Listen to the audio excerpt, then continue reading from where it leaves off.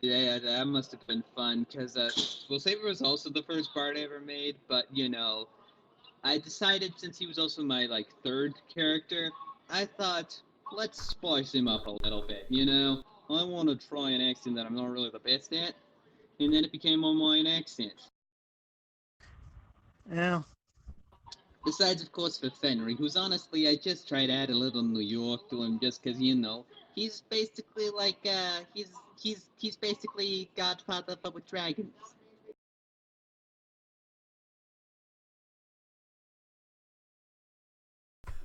All right, so I'm excited for today's session. Who wants to do the recap? Okay, see if I can do this correctly. Last time on Gambler's Hall, Love it. our intrepid party met in the Gambler's Hall a dashing rogue named Sarah Dadanu, currently getting off a hangover. A rather fuzzy bird named Ruffles. A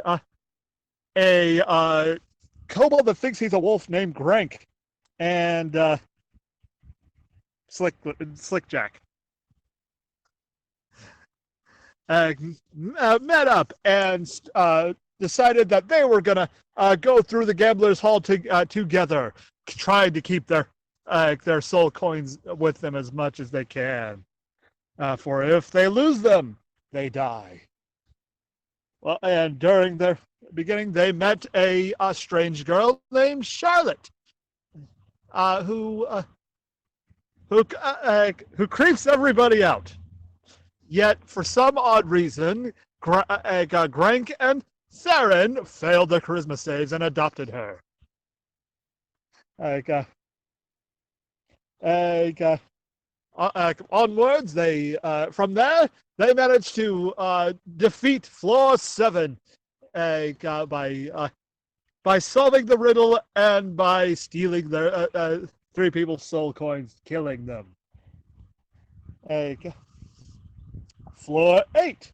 They ran into a number of challenges, but nothing that couldn't be dealt with some choice quarterstaff thrusts and a few candles and a dog.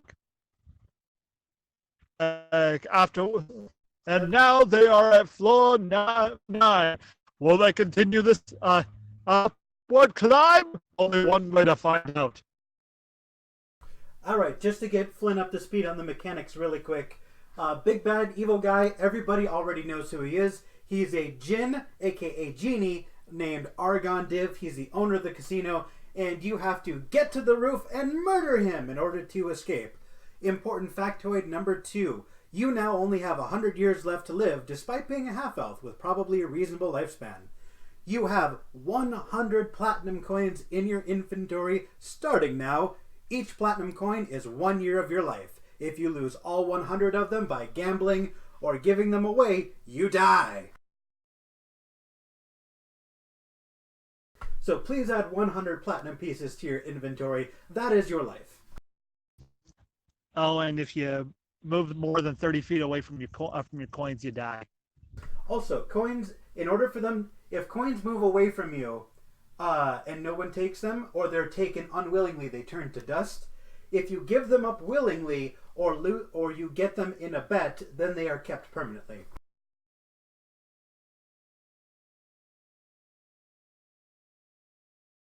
So, let's get this show on the road. Flynn, we're going to introduce you in just a moment, but first I want to set the scene of the room. So you are all currently on floor 9. You have a book about gambling, which no one has read yet. You have a new companion named Charlotte, who has a very mysterious aura about her and cannot speak. And the party has also earned a Wand of the Pangolin. Now you are all currently, as you get to the 9th floor, the doors to the stairway open, and you see the first thing you see is Belvedere, the sweet jazz playing lobster folk.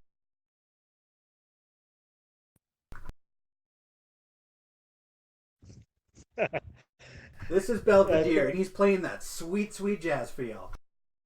Okay, he's playing with the viol. Actually, no wait, a cello. Yeah, he starts thinking. He starts thinking of how would one be able to play a cello while Well, still holding Charlotte's hand. beyond Belvedere, your party can also see Decim, the merchant. He appears to be waiting with two random companions, waiting for business. And the last thing you can see is a tailor shop run by a man by the name of Jack Threadborn, Master Tailor.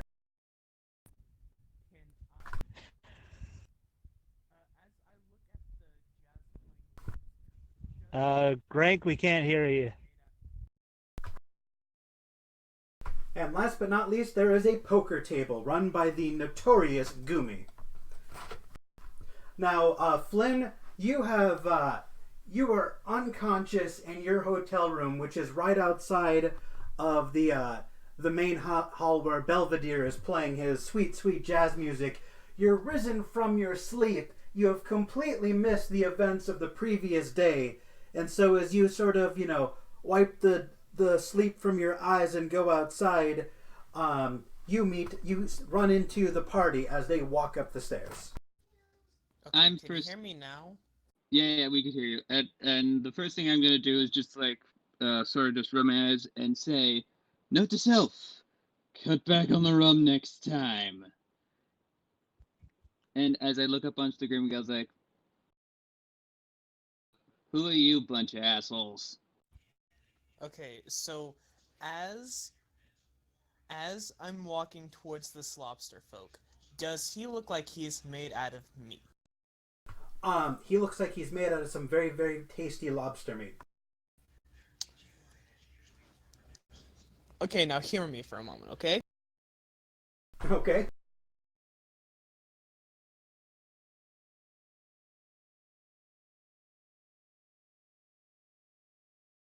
I'm listening. Do I find him tasty as I just take the largest bite out of his leg? Grank. He bit the lobster. You bit the lobster? Okay. I got a chunk out of that lobster's leg. You can certainly tie. Roll for an unarmed attack. Have a monk make an unarmed attack. Okay. Yes, please.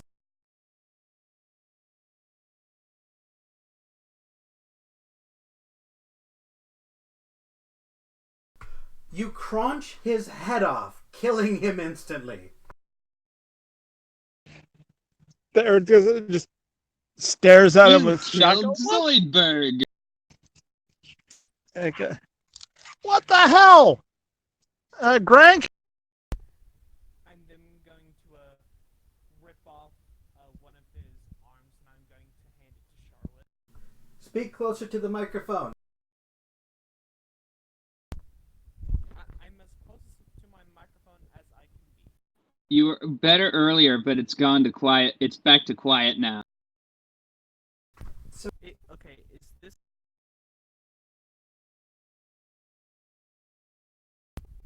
Hello? Better, but still pretty quiet.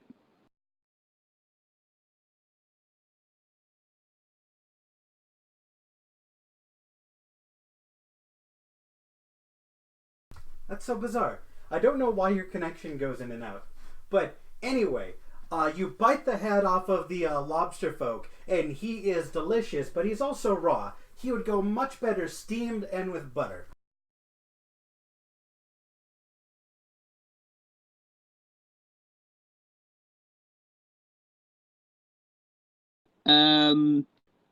Does this type of thing happen often? Sometimes this is.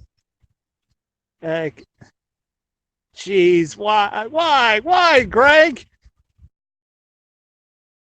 Wasn't his name Zoidberg or something? God, no, it wasn't. Oh, Maybe it's just another guy. I don't know. Anyway, so I take it that the tiny guy is named Grant. Yeah. My name is Theron. Flynn Brackeen. And he back in Theron holds up Charlotte's hand. This one, her name is Charlotte. You see a young girl, maybe 10, 11, 12 years old. You see her mouth open, dislocate her jaw like a snake, her teeth turning into metal spikes as she devours the severed arm of the lobster folk Belvedere.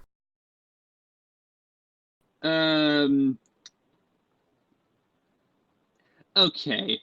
Can I I just blink for a second and I look at him and go by the way, by any chance are you a drunken hallucination from last night? Because did you see that too? Yeah, freaked me out too the first time she did it. Freaked out is not the word that I would use exactly. I'd use something a lot stronger, absolutely scares the shit out of me. Well, but she means well. After she finishes, he pats her on the head.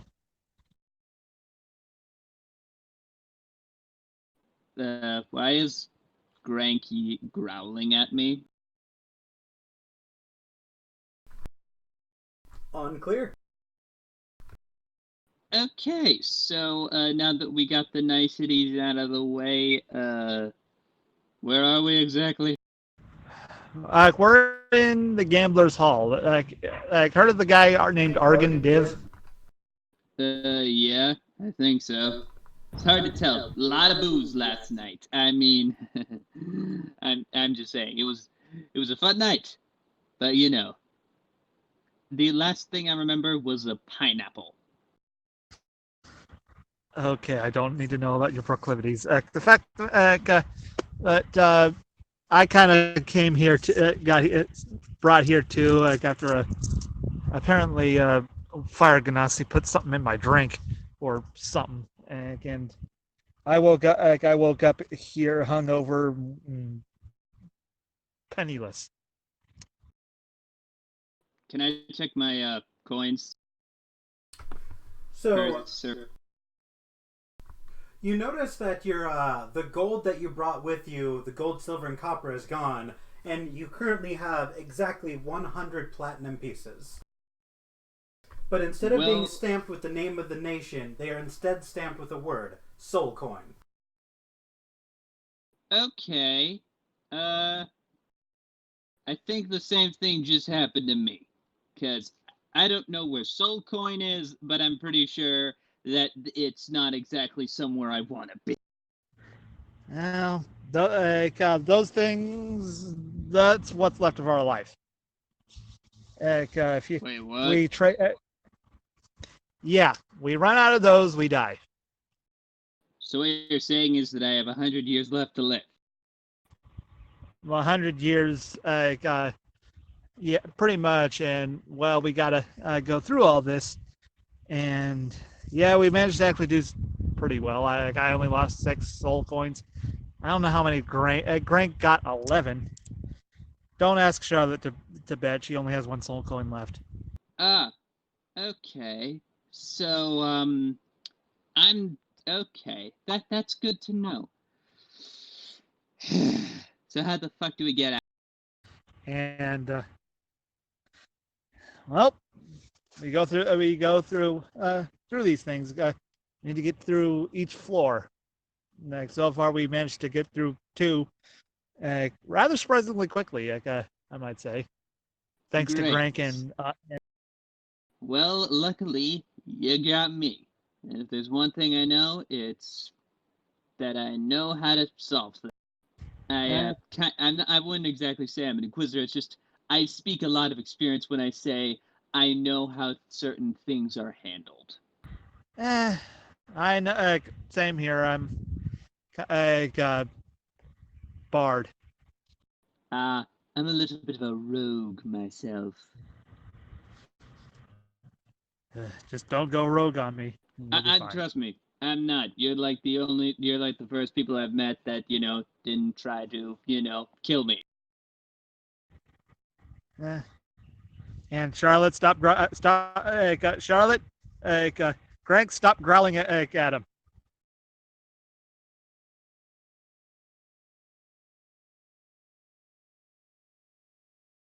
So, do you have any idea where to go on the next how to get to the next floor? Let's find out. I go up to one of the. Excuse me. Do you know which direction it is to the door to the next floor? Are you talking to Decim the merchant, Jack the tailor, or Gumi the blackjack dealer? I'll start with the merchant. So you see Decim hold his hands out over a wide variety of completely random wares and be like, well, it's beyond the door. Beyond there, there's the artificial beach. 11 out of 10 would recommend. Very relaxing. But beyond that door, there used to be a recreational center. I believe it was a hookah lounge. Unfortunately, it's been since taken over by 100 crawling hands. Crawling hands? Can I do a history check? Absolutely. Roll for it.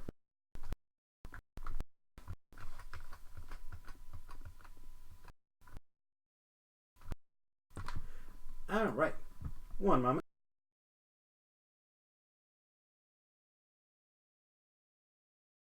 So you have heard many legends about crawling claws, severed hands of murderers, thieves, and other people who have been punished by the removal of their hands. Frequently, one is kept as a witch's familiar. You've never heard of story of 100 of them just piling in one place. They are not pack animals as far as you can tell. This is very unusual behavior. Theron just shudders a bit. Jeez. Okay. That's an unpleasant thought. Yeah, no, Greg. I'm pretty sure that would be a stupid idea because one, hands are actually surprisingly bony. There's a lot of bones. What? There's a lot of bones to break in the hand. Okay, I was thinking, imagining. Oh no! I don't eat hands. It's just hands are, since they have a lot of bones, they're easy to collect information with the breaking of said bone.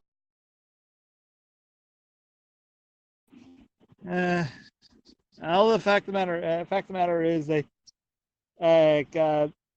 these are clawed hands.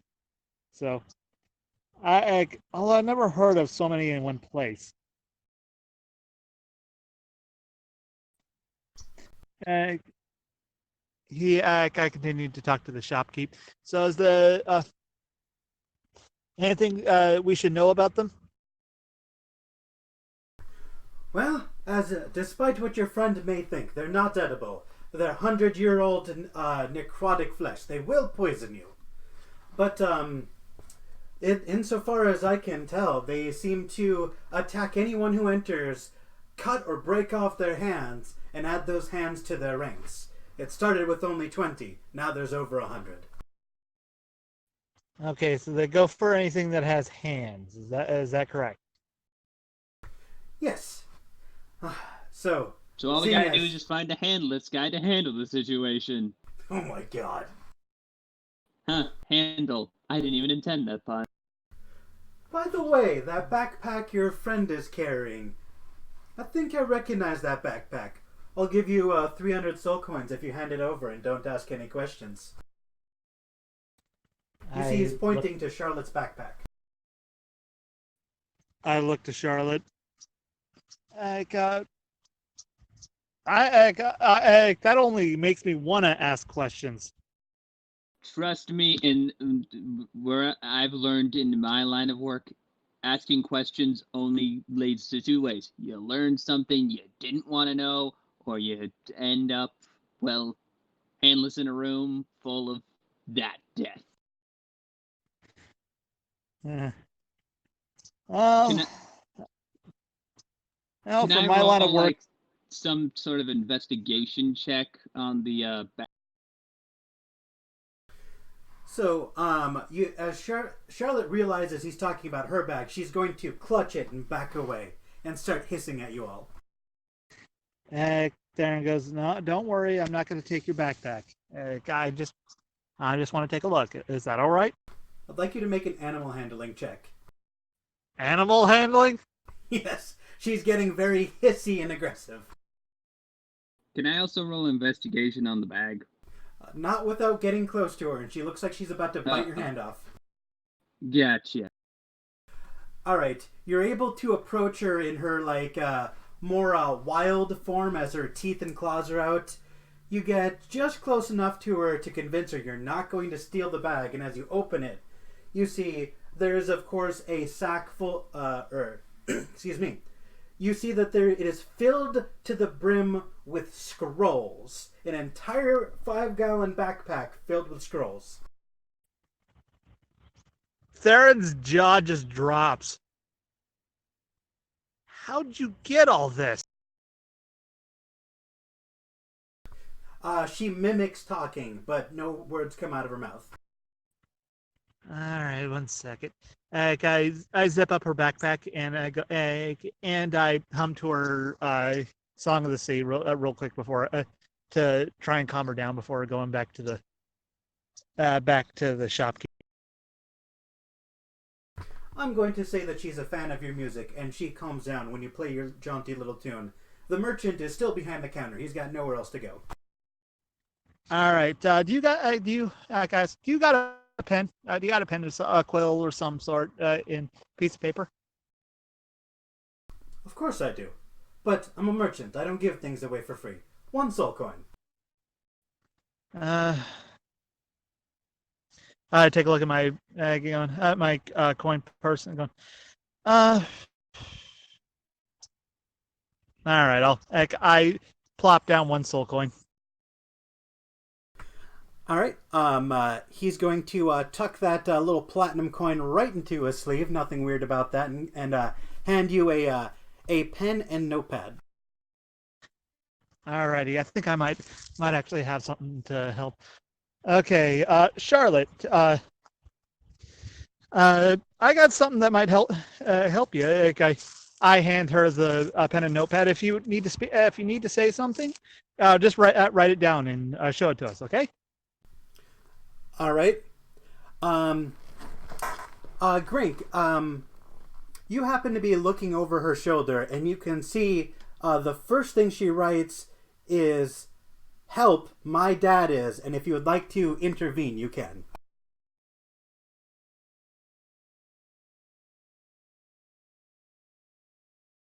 So as she begins to write, you see Grank sort of, put his hand over what she's writing.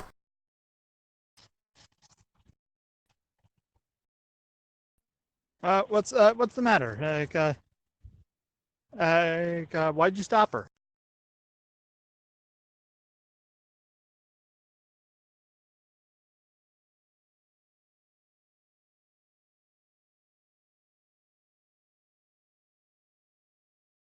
Grank wants meat for a friend. An excellent explanation of your behavior.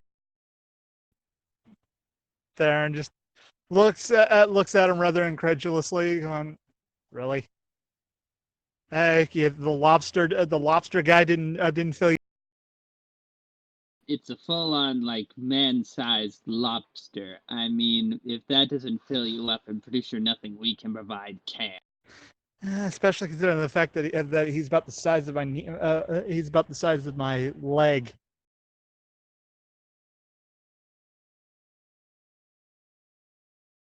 It's need, not mead. That's a drink, which she is too young to have, I might add.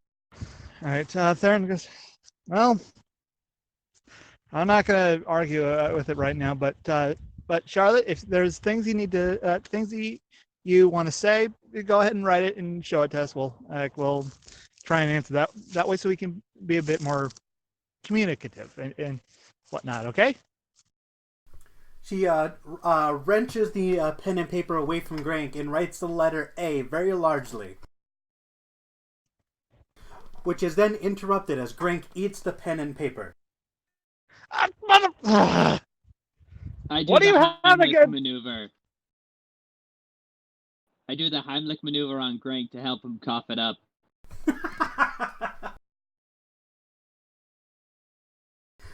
You can see that the paper is shredded in his jaws. It is completely unsalvageable. But I can still save the pen.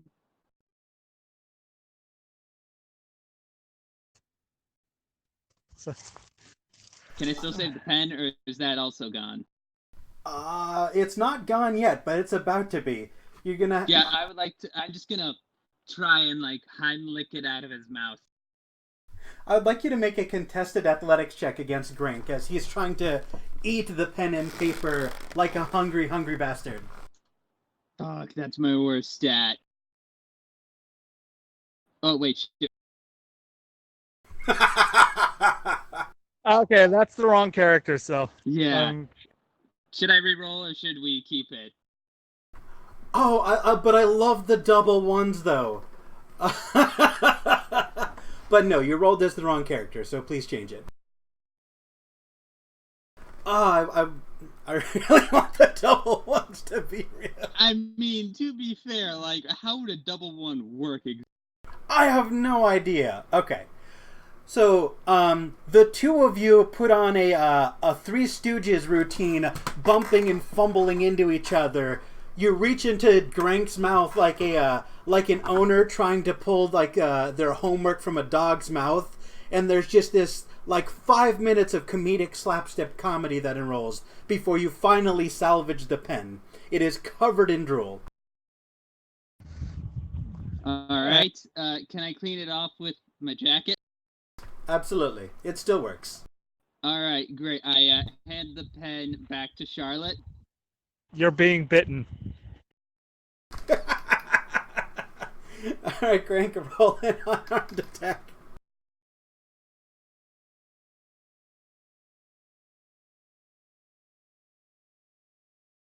That is a miss, sir.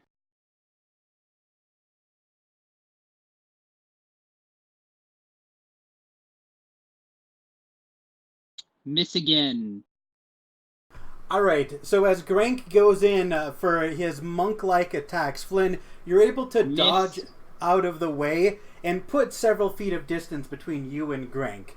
So, Grank, you're going to have to get closer and think a little bit smarter. That attack does not hit. It's too far away. Yeah, and that would be the only one that actually hit. Because I'm assuming Flynn isn't just standing there letting you swing at him, so I'm assuming you're putting distance. Yeah, after the first... he just tries to get out of the way, and it's just like... Alright, I'd like you two to roll for initiative. Yeah, that hits. Okay, so the what's left of the notepad is down on the ground, right? I handed it to Charlotte. You handed the pen. I'm referring to the notepad. Oh no, the notepad's gone. But at least we have the pen, so that means we could just have her write on something else. All right, I cast mending on the pen so that it's actually back together, so it looks less eaten. All right, the two of you get into a squabble. Grank, you're 30 feet away as Sharkgrass dashes into action. You may roll for an attack if you would like to, Grank.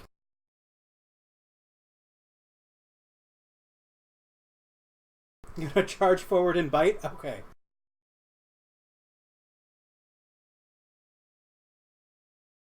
Miss.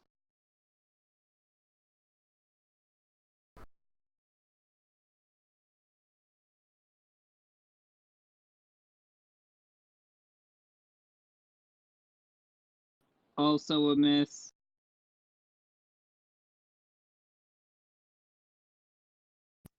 Yeah, I'm gonna join this as well.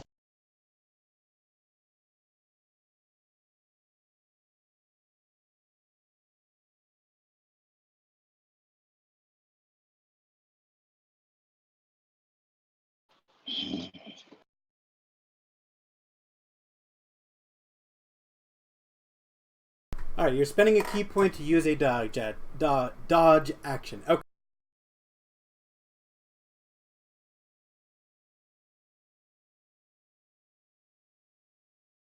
All right, Theron, it's your turn. All right, he's had enough. He's gonna go. All right, now time to put you. Now time to make sure you. This I've had enough. He snaps his fingers and he casts polymorph on Grank to turn him into a mouse. What save is that? I'll put the spell up.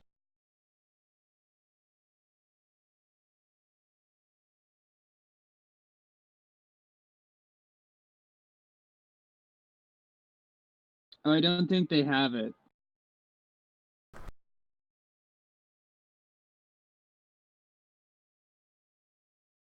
Yep, it's wisdom and it's 17.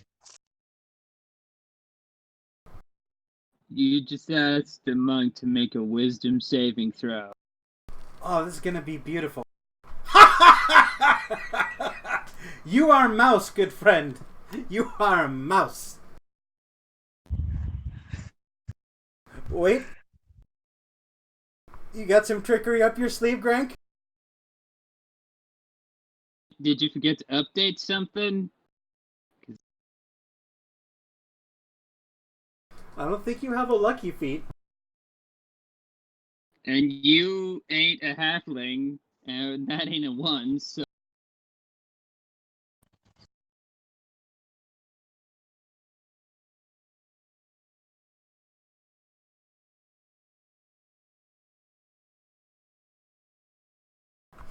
Alright, Grank, if you don't pull something out really quick, I'm gonna rule that you are mouse.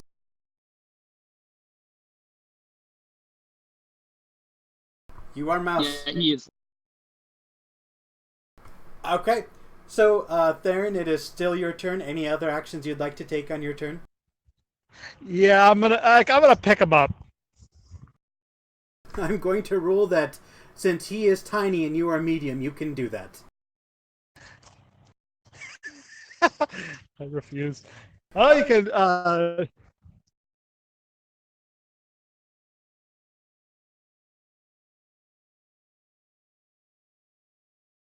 So you cast polymorph on him. He poofs. Dodge doesn't do anything to the polymorph spell. That just means, that's for physical attacks, not spell saving throw. That is correct. So he poofs into a mouse midair. You hold out your hands, and he lands in your hand. I hold him by the tail. Oh, okay. He's using dodge, so that way dodge catching him. Okay, so I have to probably roll for Dex, I think. Yes, I would like you to make a sleight of hand check against his acrobatics check because, correct, he did ready in action to dodge, so he can do this.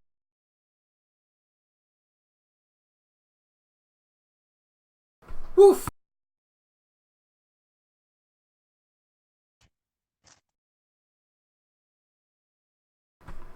Acrobatics, Grank.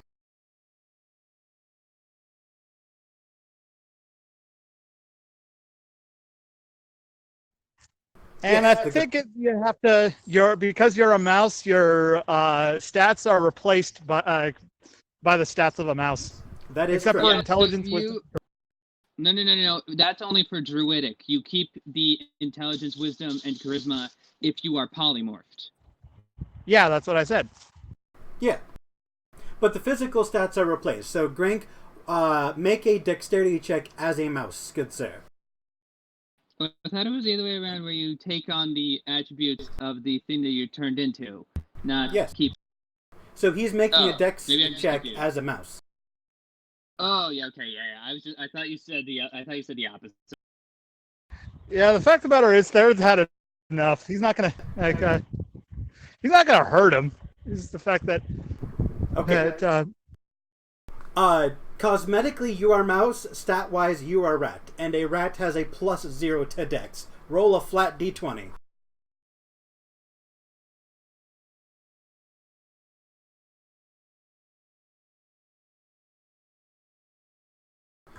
No. That is literally half. You are strung up by your tail, good sir. And that is the end of your reaction. Theron goes, I'm sorry. Sorry I had to do this to you, Grank, but you were causing problems. I'll put you back to normal when you calm down, okay? Give him some cheese. That might help. No, I'm not going to give him cheese. See if there's anything left of the lobster. You really want? I mean, what isn't? I mean, it's raw meat and it's on the ground. And to be honest, I think all that's left is shell and like some like tendons or whatever. But I'm not sure if like. Because like I don't, I'm afraid to touch it. Honestly, I mean, I'm not one for seafood. Well, I As mean, of right now, I'm trying to just keep him calm. I'll go. I go check the lobster for more meat. Okay. We're gonna stay in initiative for just a little bit, just in case. But because I know Grank wants to do some biting. But Flynn, it's your turn. As you wander over, you see that there is fat, there is gristle, there is shell, there is clothes, and then there is the cello. But there is no more meat. Yeah, all that's left is fat and gristle. Saw it all. Look, I am sorry, Grank. But the fact of the matter is, what if she did? I was giving her something so that she wouldn't be quiet the entire time. He's talking to the mouse. So, are there any actions you want to take on your turn, Flynn? I would just like to look at Charlotte and just tell her, now that you have the pen back, you can write and tell us exactly what you're thinking without interrupting. Which she will do on her turn. Great. Hey, look! Guess whose turn it is? So, Charlotte, with no paper, is going to find an empty patch of wall. She's going to turn the ink setting to maximum, and she's going to write a little something.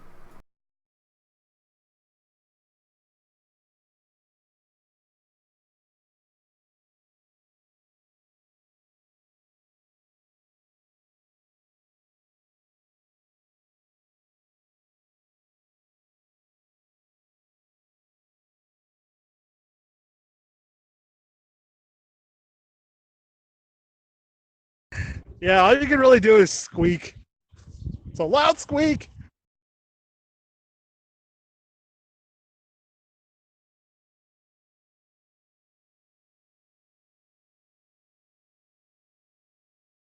And she wrote a little something in general chat.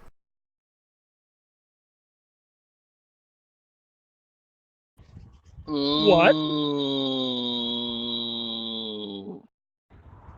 Okay. So I take it that we don't want to give anyone in here those. Okay. Thank you for the context. Okay. So you're trying to okay. Theron holds up Grank and going by the tail still. Basically trying to keep his fingers away from the little little teeth. Okay. Grank, okay. So how many floors do we have left till we get to them and we can get out? We need to go up to level 12, I believe. Yep, you need to go to level 12, which will be your capstone level, and then you'll go to the roof, and then you'll whoop the shit out of Argon Div, or he'll kill you all effortlessly. We'll find out together. And what floor are we on right now? You're on level 9. You level up per every story of the building. Okay, so all we need to do is just go up 3 more floors. Yep. Okay. Well, I'll be glad to help you guys out, and trust me, kid, I know a thing about daddy issues. They suck. Theron's gonna do a nature check to try and figure out what she is. You can do that on your turn, but we're going to end Charlotte's turn and go on. Okay. For as long as Grank is being hostile, we shall stay in initiative. Grank, are you being hostile? Damn it. Okay, for some reason Discord isn't working. I believe Grank is next up. There we go. There. Okay, so Grank and then Theron. So Grank, it is your turn. What would you like to do? Stillness of mind. You use your action to end the effect on yourself that is causing you to be charmed or frightened. Not polymorphed.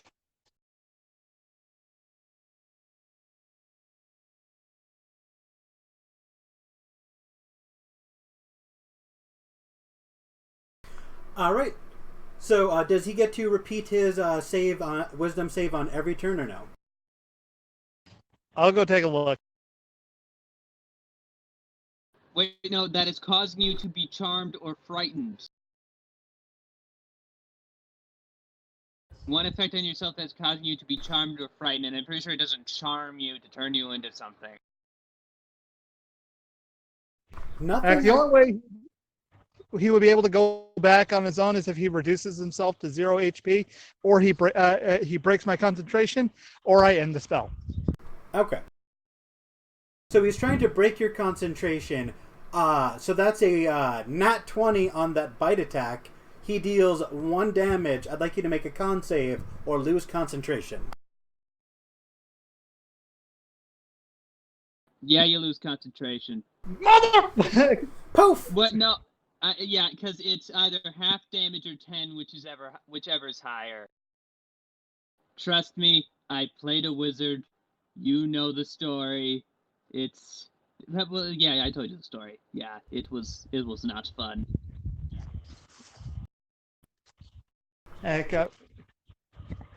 Theron is actually holding his fingers bleeding, so he's putting it in his mouth. I'd also like you to make a Constitution saving throw against disease because he was a mouse. And he just finished eating raw meat. All right, Never mind. The Constitution, so fine.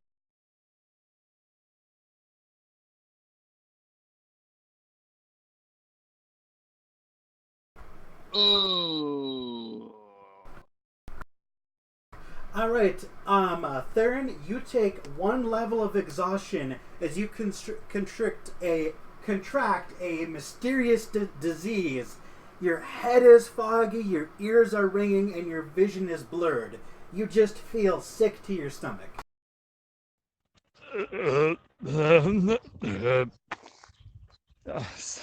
Damn it. You may make a medicine check to examine your symptoms and see if you can't figure out a cure. Alrighty, I will. try and help him out since I know a thing or two about disease. So I have advantage? Yeah, if he's giving you some... Flynn, how are you helping him? Since I know people die, I'm going to see if any of those signs where it's like he's on death's door are affecting him, and I also try and do the basic checking of like his eyes and his lymph nodes. I'll accept that. Okay, Theron, roll for medicine with advantage. You recognize this disease. It's a tropical fish disease called crustacean crust, which Flynn is able to help you diagnose by the layer of crust that's forming over your eyes. It's not fatal, but you do need to drink a combination of aloe and witch hazel. I'm not dealing with that. Lesser restoration. All right, poof, and it is gone. Whew. Yeah, my uncle once caught that once. It was... Oh, that was bad. Yeah. Well. Damn it, Crank! I was only trying to be helpful. Why'd you do all this? And why are you still hungry? You ate a whole lobster man. His jazz was actually not half bad either. Surprisingly for a crustacean who has no fingers. But Theron, he still holding the finger in his mouth like he goes over to Charlotte and then, look, we won't let him get you. That I promise. You're going to hear the merchant call out behind you. It's not too late to hand over the bag. That's the property of the master of this casino. Yeah, no, thank you, sir. We greatly appreciate the offer, but unfortunately, you can take that offer and shove it up your ass. You're going to see him take a step forward, stomp his foot on the ground, and the entire merchant desk is going to sink into the ground, and he goes, "I apologize. I was not asking." And you're going to see magical energy radiate from his hands. Everyone roll for initiative. Crap. Maybe I should have done the whole shove it up your ass thing.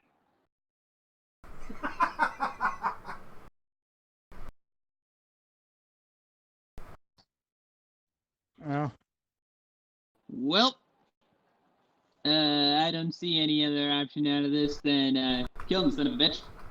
Anyone else with me? All right. So wait before you roll for initiative. Let me start the initiative. I got it ready to go.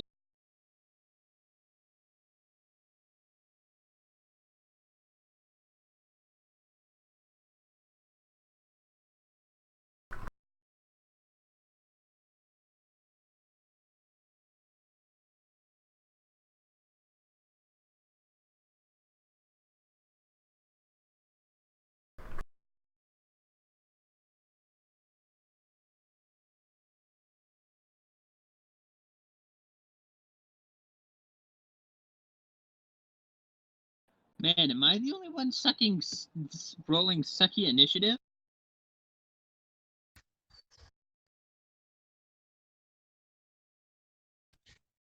It's ADD, I believe. Yeah, it's init mat, and then monster name or init add modifier. Then it doesn't. If it only works if it is in the SRD though. There's a way to do it where you can make a custom name, which is what I'm looking for. Yeah, init add the modifier then name. So like init add +2 the.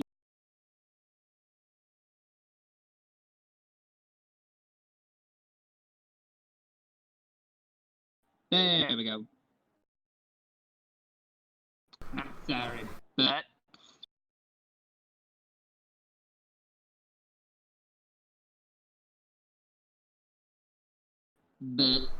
Okay, well apparently his name is Butts from now on, but you know what? We'll roll with it.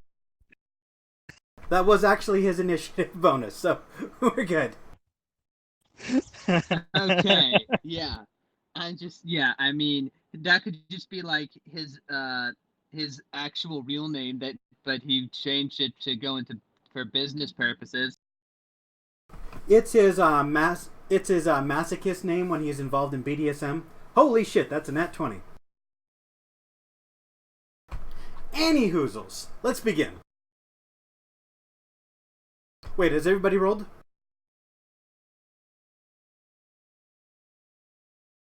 Okay. Yeah, I think. Alright, well apparently Grank is starting off initiative. Again.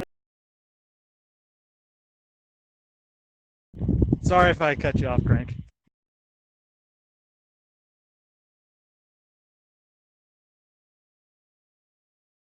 So you are all standing 30 feet away from Decim, and you have nothing but empty space on either side as people start getting the hell out of your way.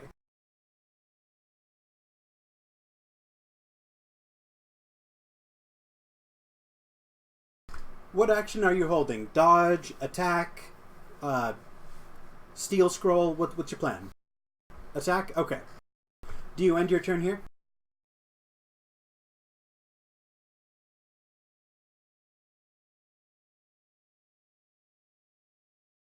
Alright. So while you are hugging Charlotte, Charlotte has decided that she's not feeling the whole taking shit from people today approach, and she is going to attack. So while your arms are still wrapped around her, the arms of Hadar are going to ooze out from around her, and she is going to cast Charlotte's Arms of Hadar, a slightly stronger version of the same spell. Yeah, slightly with big quotation marks. Alright, what is this man's constitution? Not as good as he needs it to be.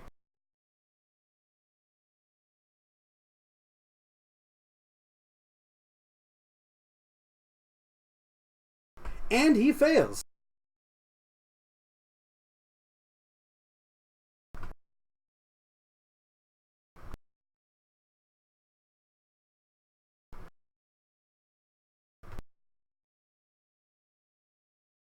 Alright, so you see this 20-foot circle of necrotic energy appear beneath his feet. Black hands will shoot up from the ground and just start smacking the shit out of him. And he takes 26 points of necrotic damage.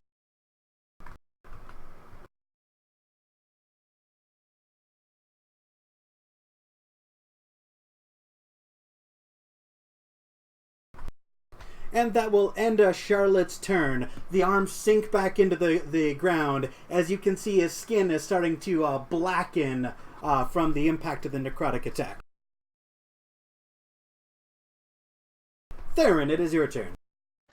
Okay, Theron does the little pose and says, "Cry from Tanalon," and he snaps his fingers and casts Firebolt.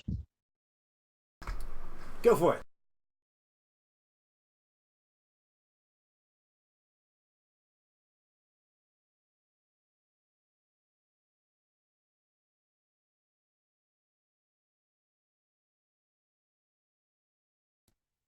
A 12 misses. I'm sad. You see the firebolt whiz by his face by a quarter of an inch. You think you just barely missed him. And funny thing is, I don't think I updated, but it was only would have added +2 to that, so probably would have still missed. Well, if you have a different modifier, reroll for it. Reroll with proper modifiers. Update then reroll. Yeah, I realized that after my athletics check, and whoops.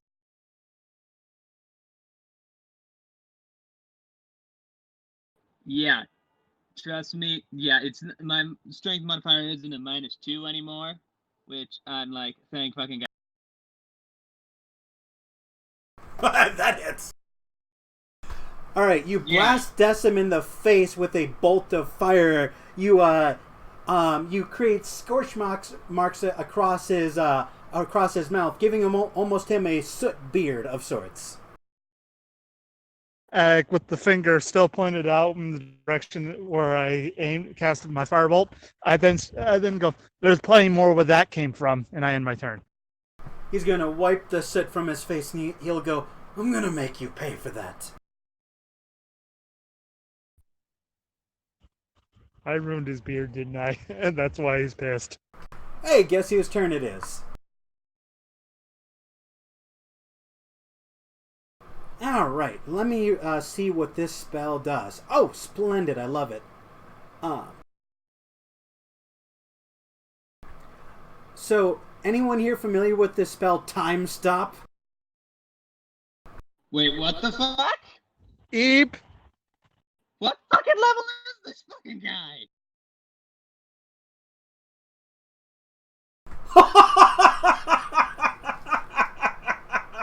So you're going to see him pull out a scroll of time stop, throw it into the air. It's going to turn to ash, and then he's going to start whooping ass for 5 turns in a row. Okay, so let me see what spell I want to use. How mean do I want to be? I think this is a TPK, guys. Nah, it'll be fine. I do not have that many hit points. How many do you have? 57. And right 60? now, because of that bite, I'm at 49. I'm at 69. Well, 68 due to the bite. Well, I mean, if you were only one more, then, that would have gone nice. It's appropriate. Honestly, you're a bard with 69 hit points. Wait, 65. Sorry, I have max of 66. Damn it. I honestly hope that if we level up, you roll real shit on that thing, just so that way you could have 69 hit points. Because I cannot think of honestly, Bard should have at one point or another 69 hit points. So remember when he said he was going to make you pay? Well, that threat is coming to fruition immediately. Theron, let's see. Can you make a deck save during time stop? I do not think so. It says that the spell ends, though, if one of his actions affects a creature other than you or an object warned or carried by someone other than you. So he only gets to do this once. Yeah. Okay. So, first things first, he casts Globe of Invulnerability. Eep. Alright, so a faintly shimmering barrier springs into existence in a 10-foot radius around him. Any spell 5th level or lower cast from outside the barrier cannot affect creatures or objects within. And I'm useless. Give me a moment. If I'm still alive, I might be able to help out with this. And then he is going to cast a Mirror Image to create 3 illusory duplicates of himself. And then, of course, Mage Armor. And he is going to 13 plus Hold on, dex. hold on a second. Mage Armor is a concentration spell.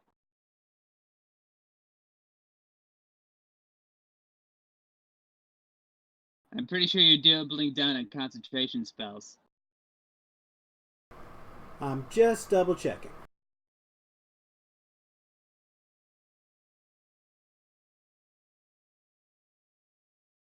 Yep, concentration up to 1 per globe. So if Mage Armor is in fact... Well, no, I'm just saying Mage Armor is also concentration. That's the thing. Oh, okay, I see what you're saying. Okay. So, yeah, so he can't do Time Orb of Invulnerability and Mage Armor at the same time. Gotcha. Okay, thank you. So I think so, because it makes sense that Mage Armor is a concentration spell. Yeah, I'm going to assume that it is, so we can move swiftly on. So he is, due to his, I hate to call it limited, but due to the type of spells he has in his repertoire, he can only take advantage of the Globe of Invulnerability and Mirror Image before he's forced to make an attack, thus ending the time stop. Oh, it isn't. Oh, thought it was, for some reason. Never mind then. Carry on. Yeah, still, you got the Mage Armor, Xeno. Okay, so his armor class will go up, Globe of Invulnerability, Mirror Image, and then he will have to cancel his time stop in order to release his his lightning bolt. So you all snap back to reality, and you can see just this massive fuck-off bolt of electrical energy flying towards you, Theron. Make a deck save. Wait, don't we all have to make that save within 5 feet of the lightning? It is a 100-foot straight line. Okay. Because I was about to uncanny dodge that shit. Oof, nice. Okay, so you're taking half damage. Which I use my reaction to use cutting words to reduce by 1/8. All right, so that's 32. You succeeded on the check, reducing it to 16, and then you're using cutting words. Yeah, what it does is that allows me to use a reaction to use 1 charge of bardic inspiration to reduce some stuff. I'll copy and paste it into the general. Splendid. I thought you could only use cutting words on non-spell saves. We're about to find out once that copy paste hits. You'd think after playing D&D for a year I'd have all this shit memorized, but I really don't. Yeah, I know. I thought I had this shit down too.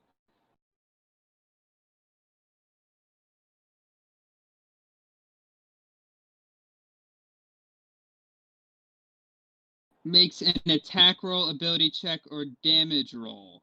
So does that mean he re-rolls the damage? No, I roll a bardic inspiration die and to reduce what comes at me. Oh, so you can just reduce the damage? Okay, so roll your bardic inspiration die and subtract that from the 16 lightning damage coming at your face. Damn, I did not know bards could do that. That is fucking sweet. That is actually really cool. You might be perfectly fine after this fucking high-level spell. Alright, so that 16 is reduced now to a 12. So, I just want to describe this really quick. Time stops, and just as it snaps back into reality, this lightning bolt is shooting from his hands at near light speed. But being quick on your feet and experienced in combat, you're able to dive roll out of the way, like 5 feet to the side. But just one of the licks of lightning shooting off of it zaps you in the back, dealing 12 points of lightning damage. You roll onto your feet, your back singed. Yeah, my back's singed and my hair is standing on end. You're going, I guess you weren't quite as electric as you thought you were. The cutting words bit. Okay, well, I thought I was gonna roll, like, the highest initiative, and then surprise attack him with assassinate, but I can't do that anymore, so I'm just gonna bonus action high. Go for it. Let me check what his passive is really quick. Damn it. All right. You're nowhere near invisible, but you're confident you're just out of his periphery, and you're confident you could go in for a sneak attack. Yeah, well, I mean, he's in the orm of invulnerability. Which is canceling out any spell of 5th level or lower, but you can still walk into the sphere. Oh, well, in which case, I'm going to attack, one of one of them and hope that that's with my rapier, of course.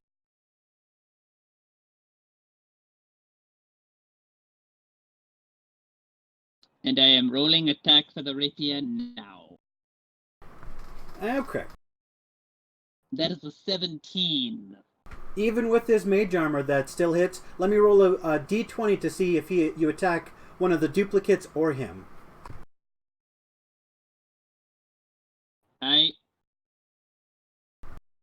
Okay.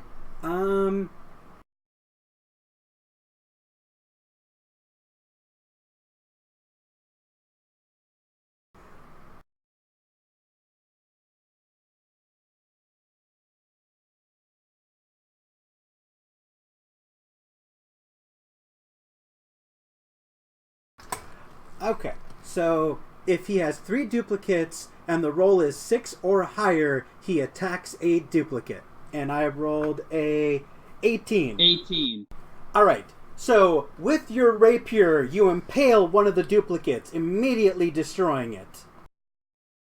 Do you have any other attacks you can use? Let me check my character sheet. Bonus actions and area of effect spells are very useful here. No, I do not. That is my whole turn. Fantastic. Because I used my bonus action to hide. So That's right. didn't- That's right. Yes. At least we got one of the duplicates, so that helps. All right, Grank, it is your turn. There are still 2 illusory duplicates. What would you like to do?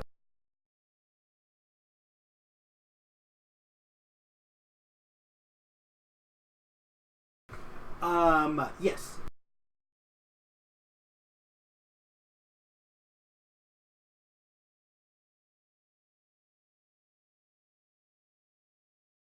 One moment.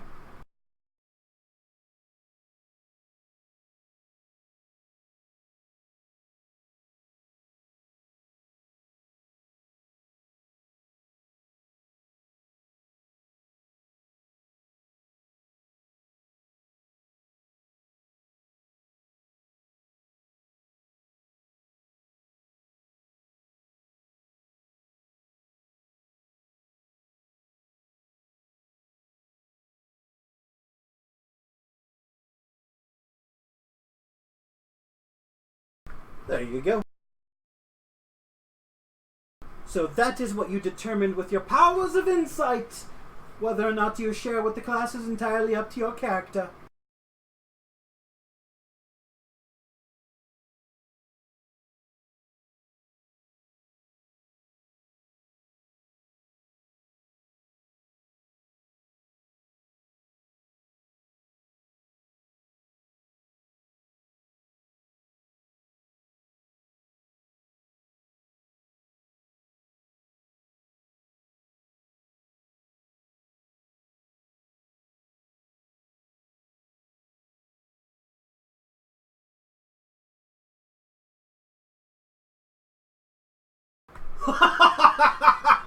What? All right, roll for hit. And you know what? Because you were hugging Charlotte and she is not paying attention to you, roll with advantage, please. Let me check Charlotte's HP really quick.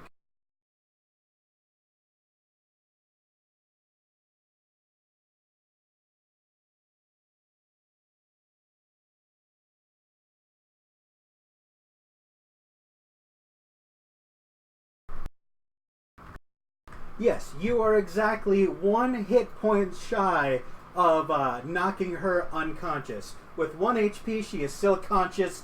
She turns to you, and you see her face just melt into this black mask of rage. It's not her turn, but when it is, you are fully aware that you are fucked. However, you are Monk, and you have multi-attack.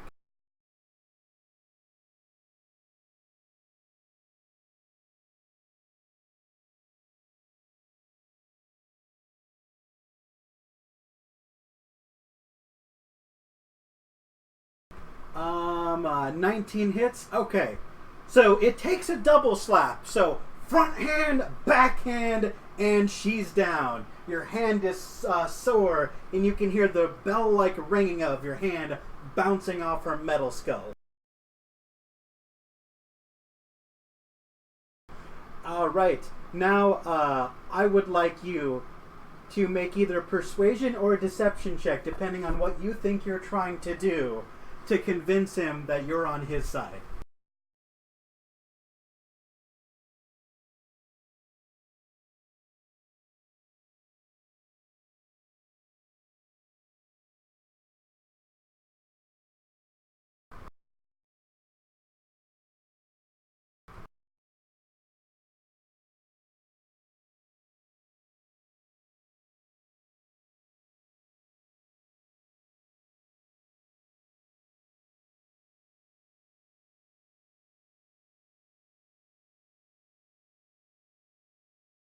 No, he is not convinced.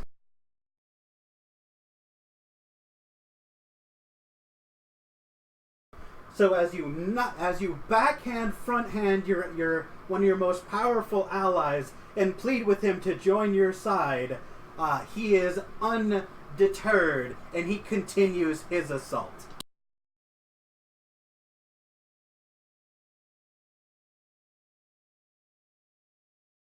Anything else you would like to do on your turn, Grank?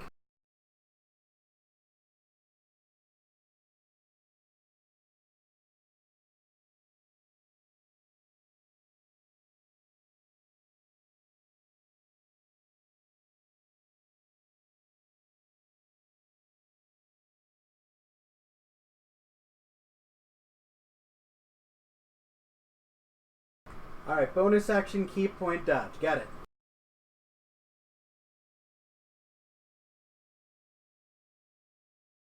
Okay, now it's Charlotte's turn, and she is unconscious.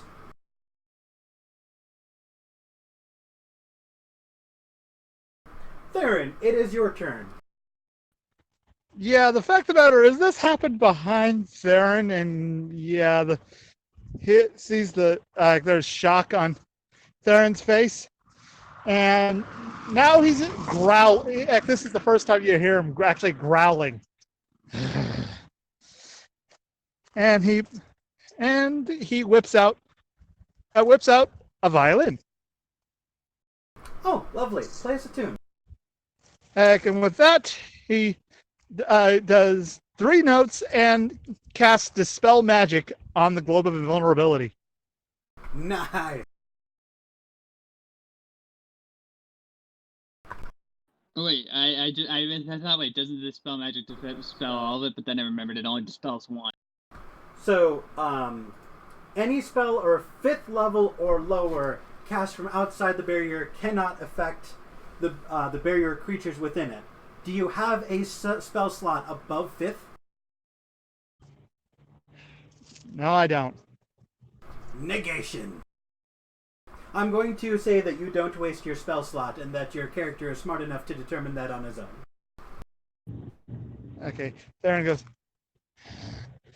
He puts the violin back, and he pulls out his rapier. You could just dispel magic the mirror image. No, because the mirror images are within the radius of the globe. Theron goes, it's been some time since I got my hands dirty. Okay, run on in, and I do a thrust at the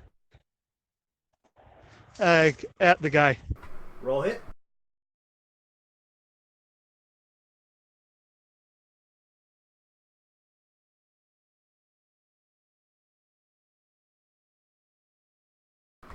Okay, let me roll to see if you hit a duplicate or him.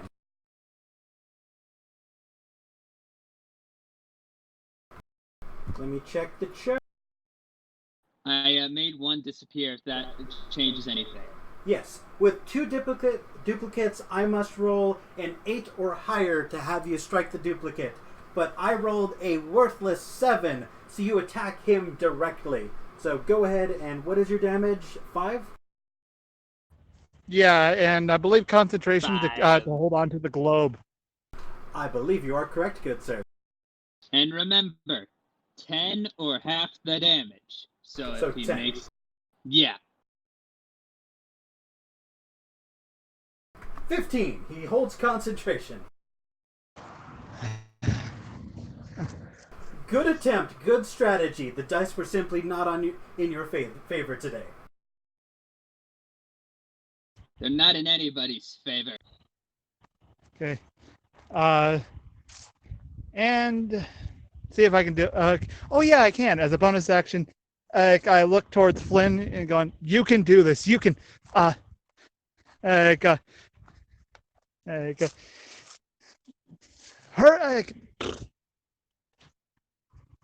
He's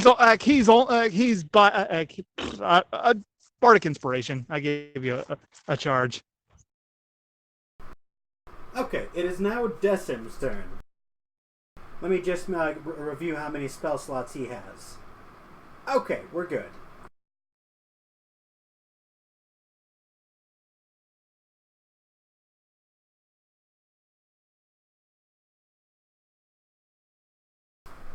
Okay, so he's still got a couple more charges of fuckery to throw.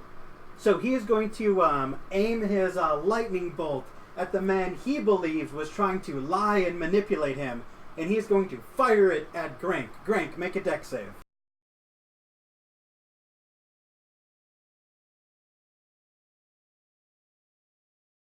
I believe you readied action dodge, and this is a dex save. And, So roll your dex save with advantage, good sir. Whoa! Half damage. So, 33, rounded down 32. You take 16 lightning damage as you dive roll out of the way, only to get slashed across the back with an arc of lightning. wait, if you... Hold on. With Uncanny Dodge, if you have... If, save a throw and have Uncanny Dodge, doesn't that mean that you take no damage at all? Frank, do you have uncanny dodge or anything similar? I don't think. I think only rogues have that. Oh, it's evasion. When you are subject to an effect that allows you to make a dex saving throw for only half damage, you instead take no damage. Hell yeah. Alright. So you completely dive roll 5 feet out of the way, the lightning swooshes past you, and you take no damage at all. I knew Monk said something like it, I just referred to it as Uncanny Dodge, because, you know, that's what I... That is going to end his turn. He is severely lacking in the bonus action department, and it is now Flynn's turn. Alright. Now here's what I'm gonna do. So, I saw the one that he hit, right? Yes. So does that mean I know which one to hit now? Yes. Alright, so I'm gonna stealth, use my bonus action to hide behind him, and stealth.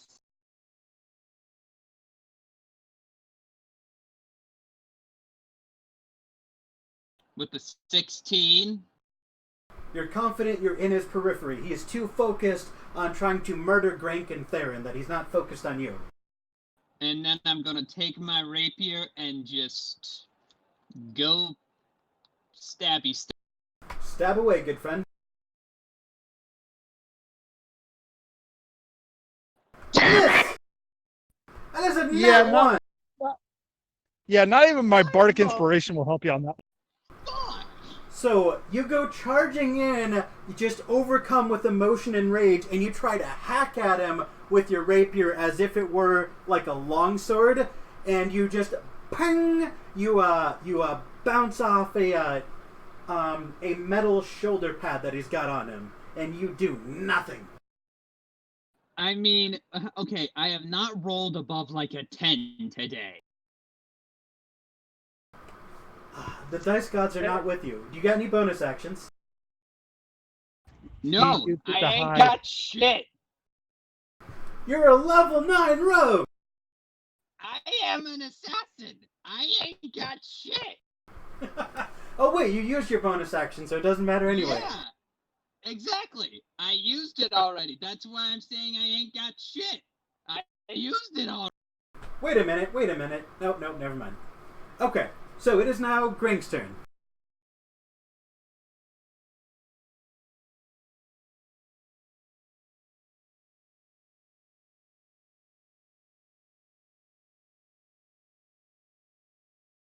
Wait, stop. You were stealthed. You attack with Yes. advantage. Oh, that's right. Thank you. Yeah, so, put a cork in it real quick, Grank. We got more stabbing to do. I forgot about that whole rule. It's been a while since I've done run. And that is a hit. Now I have to roll sneak attack damage. You skewer his kidney with your blade. And now let me roll the sneak attack damage of 5d6. Fuck!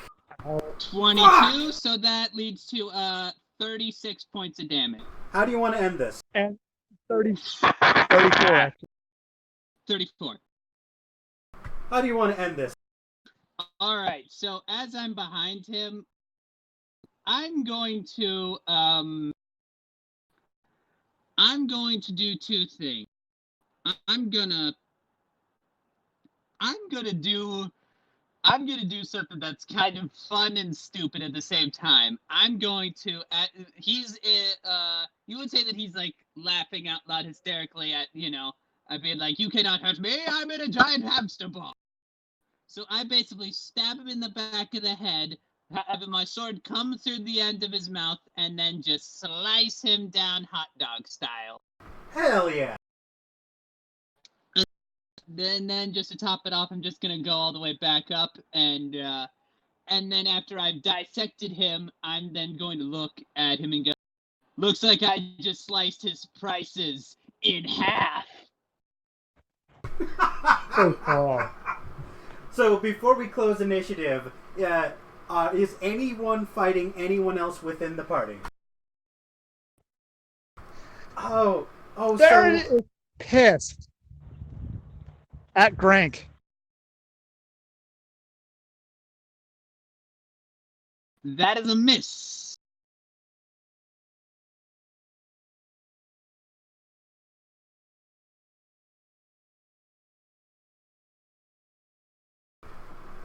Okay. Miss. So, oof.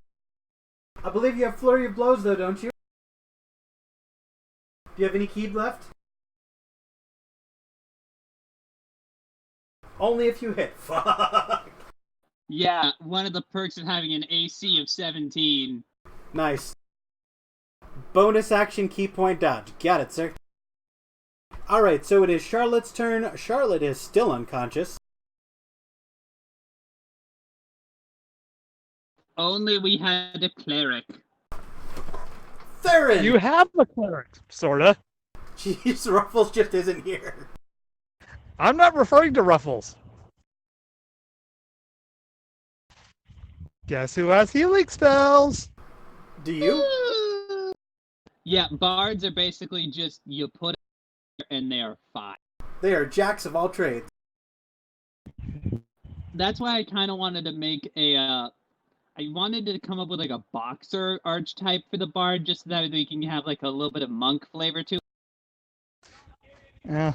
Theron runs over to Charlotte, whispering to saying to Grank, well, he's not going to say anything, but he's glaring at him before kneeling down to Charlotte and casting Cure Wounds. All right.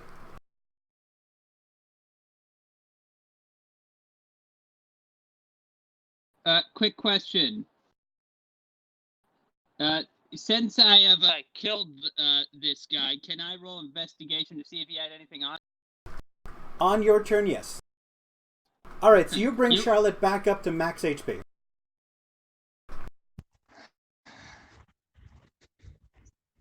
And with that, I stand up, turn around to towards Grank, and I end my turn.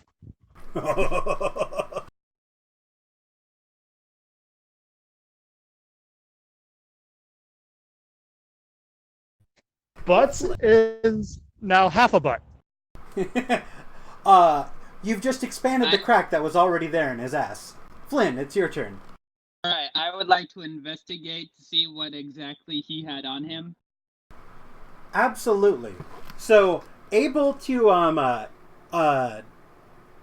roll investigation. 16! I'm a grandmother. So not only do you find a shimmering platinum key, you find a similar matching keyhole in the ground where his desk of items sank into. I'm gonna take that key and I'm gonna put it in the hole and I'm gonna twist it to the left. Then I'm gonna twist it to the right. And then I'm just gonna... Alright, so you were able to get his inventory. One moment. Holy shit! Okay, so what exactly does he have in his inventory? Yes, I think it would be faster to say. It'd probably be faster to say what doesn't he have. So If you that's the saw his inventory in advance. So now you have his stock. You have Gambler's Blade, a Flame-Tongue Longsword, a Scroll of Polymorph, a Trap Card, a bottle of sedatives, and 300 soul coins. Okay, so there's 3 of us here. How about we each take another 100 soul coins? Who wants what is exactly the Gambler's Blade? Search for it in your items. I believe Flame Tongue and Gambler's Blade are both normal items, but Trap Card and Bottle of Sedatives are both homebrew items, so you'll have to turn on homebrew for those. Also, you're currently beating the shit out of Grank, so I don't think you want to give him any soul coins quite yet. That's actually fair. So how about well, there's 2 of us here. Why don't we why don't we take 125 each, and then we'll give the remainder to Grank. You can do so after combat with Grank is over. Let's see if he's still alive to receive the gold. Fair enough. That's fair. Yeah, because odds are I probably brought back to fighting form a very angry 11-year-old. Very much so. So I'm going to say, Flynn, that going through the inventory took your entire turn, and it's now Grank's turn. I'm sorry, but I was contracted by Argon to deliver his daughter to him. He saved someone very dear to me. I only did this because of an infernal contract.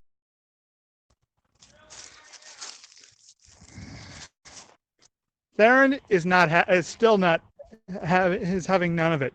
He says, says to him, we were protecting her. It was not your call no life is. Damn it! I'm losing. I'm having a brain fart right now. Just said to say, Theron is angry, and we promised to protect her. I promised to make sure she didn't come to harm, and yet you harmed her. You are willing to sacrifice her life. You disgust me.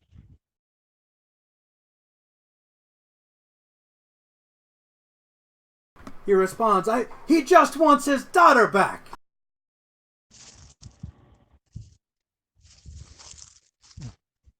And yet she is intentionally running away from her. Doesn't that tell you anything?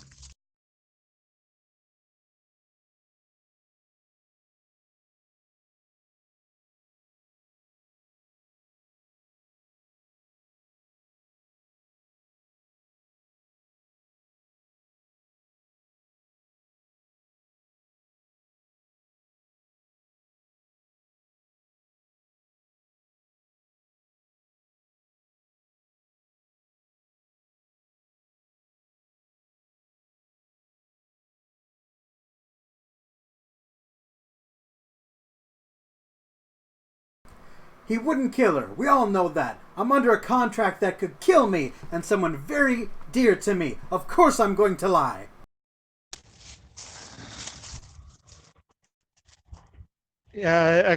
Theron, he does not move. All right, Grank. He is intentionally standing in Grank's way. All right, Grank, are you going to attack or are you going to spend your entire turn talking? I'm fine with either one. I just want to know.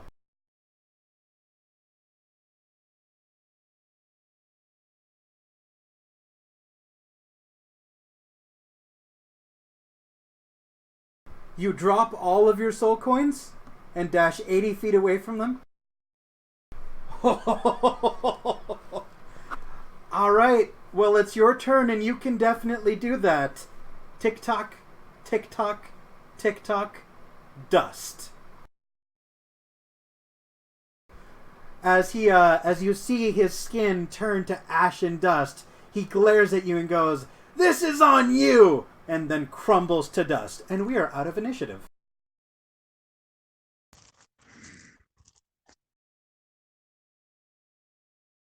Theron? What? If it makes you feel any better, I kind of agree with you on this one. I turn around and check on the girl. Check on Charlotte. And I also grab 150 soul coins, and then with the remainder, I well, actually, how many soul coins did Grank have? He dropped them, and he did not willingly give them up, so they disintegrate. Damn it. All right, that's fair. So I split the 300 soul coins down the middle and add 150 to my own, and then I hand the other 150 to Theron. And quick question. I looked up the Gambler's Blade, and there's a bunch of different ones. So what type of blade would you say it is? It is a longsword. Okay. I can't use that shit. Oh, shit. Yeah, so... Because strength is not my best thing. I'm better with finesse weapons. So, And, seeing as there is two of you, and I think bards can use longswords, for the time being, up until we have more party members, you have both the Gambler's Blade and the Flame Tongue longsword. Yeah. Okay. I'm totally cool with the Flag Tongue Longsword. So if you're giving up both weapons, then you can take the Scroll of Polymorph, the Trap card, and the Bottle of Sedatives. What exactly is the Trap card? Turn Homebrew on and go into Manage Items and find it. And since you're the one who has it, it's up to you if you want to disclose to the party what it does, or keep it a secret. Yeah, I do have proficiency in longswords, so granted, my character's... Yeah, I would recommend you take the Flame Tongue because the Gambler's Blade, since I did look into it, it's a bit of a doozy. It's a great item, but it's a bit of a doozy. Yeah, he made a gambler's... actually, he had a gambler's bow, and essentially probably did the same thing. Is it like that, Zeno? I think it's actually slightly different. Let me pull it up.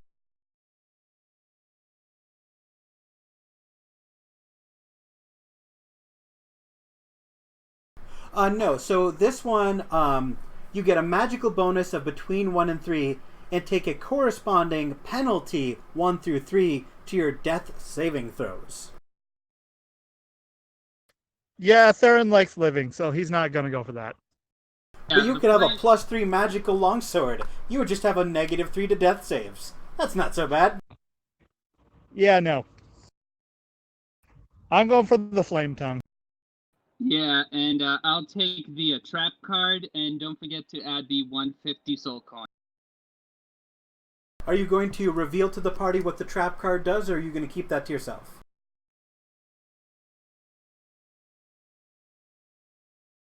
Oh wait, do I look it up on equipment, or do you add it to my inventory? I don't know. If you want me to add it to your inventory, I can. One moment. All right, so how's Charlotte? Charlotte is pissed. She is teeth bared, eyes glowing. She is furious. Theron goes, it's all right. The people who hurt you are gone. He gently put the hand on her shoulder, and he pulls her in for a hug. Okay, and the Trap card, that's fucking badass. You found it? Yep, I added it, and I love it. Are you going to share with the party what it does, or is that a secret? Oh, I'm definitely sharing this shit. This is definitely something that we could find very useful. So it's basically, you put it down as a reaction, and you basically get, if they fail the saving throw, they are trapped within a cage for... Hold on, let me copy and paste it into general.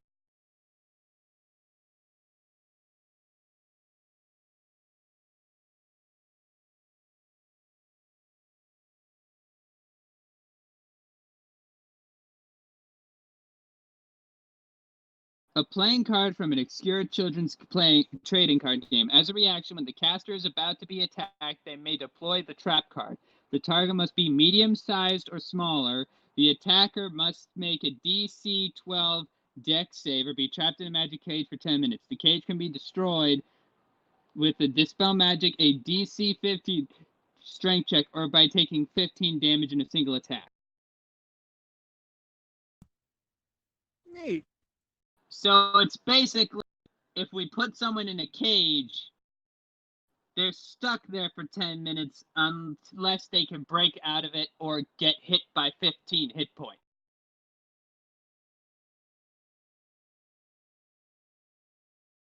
Which I think that's pretty sweet. Okay, so. And if you want, you could also take the scroll of polymorph since you know, might as well grab everything here. See who someone could use it later. Yeah, I'll take the scroll of polymorph. Then I'll take the bottle of sedatives. I believe Greg was holding on to some items when he died. So those did not turn to ash. So the party has access to a couple different things. What did he have on him? He had the helmet of aggro, which I have a mental image of a helmet that's in the shape of Shia LaBeouf's face. Canon, love it. So wait, does it turn you into an actual cannibal? No, what it does is it makes people... No. So what does it do? It makes people want to punch you in the face. So it's basically like a negative to charisma. Basically, the purpose of the Helm of Aggro is if you have a bunch of really wimpy, like, casters or clerics or whatever, you can don the helm and everyone will all exclusively beat the shit out of you. So if you're a big, tanky barbarian or fighter or whatever, or paladin, and you want everyone to punch exclusively you, then you've got your item. Ooh, I might have to take that. You're a rogue. No, I meant for my own home game. Oh, okay. Because that sounds like a great idea. And by the way, if you need ever any magic item tips, just know I have one that would work great. Have you ever heard... okay, so it's basically... I got this idea from Instagram where it's basically a dagger that can grow into a long sword, and then once it breaks, it can turn back into a dagger. It's called Woot. Okay, I'll be right back. All right. Well. So, yeah, I know you know about Woot. Yeah. Garignac would have no use for it. Yeah. So. Yeah. By the way, the game is on. I managed to get us 2 players. I'm hopefully working on a 3rd, so that way you're not, like, dying at everything. Oh, come on. Druids are incredibly difficult to kill. Yeah, but the thing is, it's you, a druid, and a warlock, and a barbarian.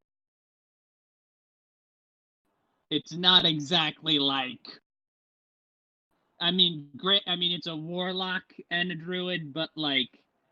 I still am not exactly, like... Because, like, let's just say that the next thing you're gonna fight... I put in that filler section about you fighting Grunkle Stanrock to give myself some time. All to right. get a few extra people. Because trust me, the next thing you will be fighting is a big one. Okay. So you guys have a couple of options. You can go to the tailor, play poker, mingle with the residents, or you can continue on to the artificial beach. I'm trying to calm down Charlotte so she doesn't go murder happy on everybody. He's trying to hug her. You could make a persuasion check or an animal handling check to calm her down. Persuasion. All right. I'll go for that. I'm better at that.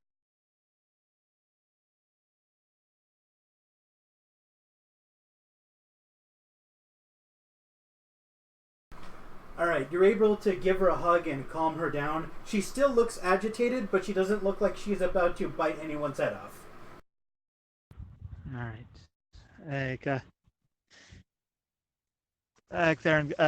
Theron, he gives her a reassuring smile and goes, I won't let them take you. Okay, I promise. She's going to look at you and I nod. And what? Ooh. She's going to make eye contact with you and nod understandingly. Grank, do you want to introduce your new character?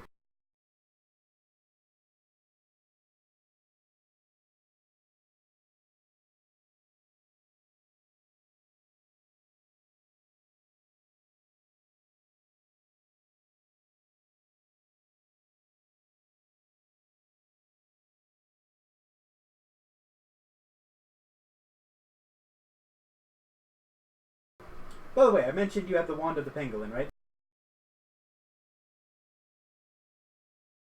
Yeah, Yes! Oh, yeah. Bork is big, strong, Russian orc. He is best fighter around. No, Bork is big, strong Russian orc. He is best fight around. All right, you have Bork reading duty.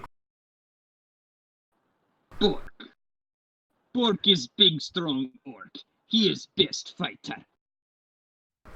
Theron's gonna look.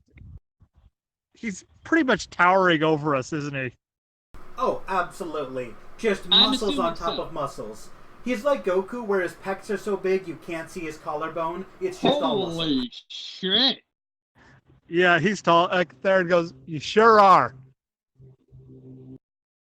I don't doubt you, big guy. How you doing?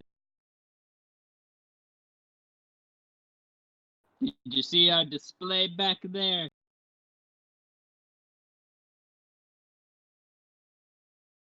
I sliced the guy in half. If you didn't see it, probably still see the remains of the guy.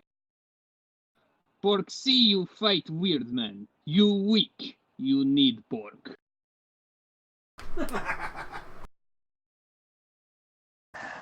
Okay, I won't argue with that. I will not argue again. I agree with him. I am totally cool with you guys hanging out with us because I'm not exactly built like you. You're like Okay. it's just wow. Theron goes, "I'm Theron. That's Flynn. I forgot your name again." It's Flynn. Flynn Brackeen. At your service. Good. Can Bork have weird helmet? Okay. Yeah, sure. Okay. I'm not arguing with you, dude. Here you go. And he hands him the helmet of aggro. Bork, do you adorn the helmet of aggro? The helm of Shia. So you can feel the cursed energy fuse this helmet to your head, but you don't mind. You can see everyone look at you, like all of the NPCs throughout the gambling hall, look at you with this sense of fear and disgust. The stronger of them look like they're, cracking their knuckles ready to fight you. The others are like, but maybe we shouldn't. You're clearly attracting a lot of negative attention, which is the purpose of the helmet. All right. Theron goes, "Okay. Yeah, he looks incredibly punchable, but I'd rather not punch him." Okay. So, and what exactly should we do? Because, if everyone else is going to be like, oh, hey, we'd like cool items or we're going to kill you, I'm pretty sure that we shouldn't go to the tailor unless you think with this big guy we can take him and take all his shit. yeah, I'm thinking about going to the tailor because I did promise Charlotte that I give her one of my costumes so she can to put on. Oh, wait, This guy sells costumes. All right, because not gonna lie, I've actually been known to take on be a bit of an actor myself when it comes to pretending to be someone else just so I could sneak into a certain event and take out a bounty on some. Okay, I have three. I actually have three costumes on me. But they probably have a changing room for her. Yes, they do have a changing room. They're generic like suits and dresses, but the main feature of this place is that he can make basically anything made out of fabric, and it's all for the same fixed price. All right. Theron goes. Looks to Charlotte. Wanna put on your the new clothes? Look no like birds. Good evening. Welcome to my shop. I'm sure I can find something you'll look dashing in, even that Auric over there. No offense, of course. What can I do for you? I pull out my bardic, my costume, basically my minstrel costume, which is the frilly affair. Yeah, can you see about trying to? Can you adjust clothes? Can I adjust clothes? Do you hear this, man? Of course I can. I'll make it look better than you could have ever imagined. Any preferences before I dazzle you? Yeah, put it down to her size. I point to Charlotte. Oh, what a lovely young lass. Oh, I can absolutely work with this. All right, I hand him my I'll just call it the minstrel outfit.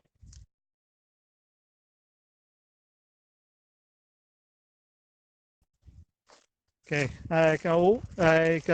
Charlotte, you ready to have different clothes? She nods and she looks excited. This looks like the nicest thing anyone has ever done for her, because her clothes are like dirty, ragged, generic. There's nothing special about them. And she disappears behind the changing stall and comes out looking pretty loud. Theron goes, "You definitely look like a minstrel." And hey, I have an idea. Come here. He pulls out. Theron pulls out his lute. Okay. Do you mean Bork has 25, or that your old coins disintegrated, so they don't exist? So he has 25 years left to live because of the lifespan of orcs. So he only has 25 soul coins. Okay, that's good to know. The only All right, reason you got 100 is because you're an elf. Oh, okay. Well, now I'm at 250, so... Yeah, I'm at 243, and he smiles, going, "You look great." And like I say, he pulls out the lute. How about maybe somewhere, if we can find some peace, I can teach you a little bit how to play this. He taps his lute. Bork once. Theron looks at Bork. That's gonna be a lot of fabric. Is that the challenge? Ha! Why, Theron? Ding. Oh yes, it is a challenge. I mean, for someone, even someone of your skill, I imagine even you would have a challenge putting such fabric on such a large specimen of a man. You insult me! I'm being a bullshit artist right now. I would like you to make either a persuasion or a deception check to get him so caught up in his own, smelling his own farts, as it were, that he'll give it to you for free without thinking. Can I, never mind. You insult my pride! I will do this for you, and I will prove to you that I am the greatest of tailor! Ha! Well, we'll see. Eki sniffs. He basically rubs the underside of his nose. With forgetting to take payment, he grabs Bork by the arm, drags him into a changing room, and he comes back looking like this as soon as this JPEG loads. Load, goddammit, JPEG! Load! Oh, damn! Looking good, Bork!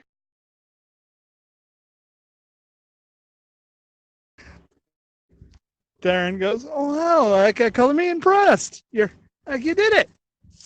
Of course I did it. All right, now, thank you for your kind patronage. We'll be going. Charlotte? Bork sees small imperfection here.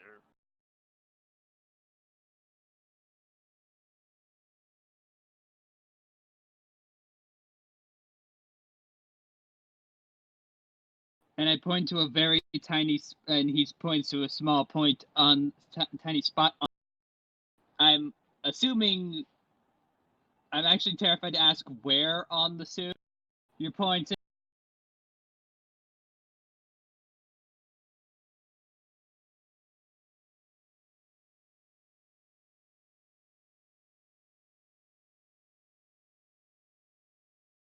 Okay, phew. I thought you were pointing somewhere else.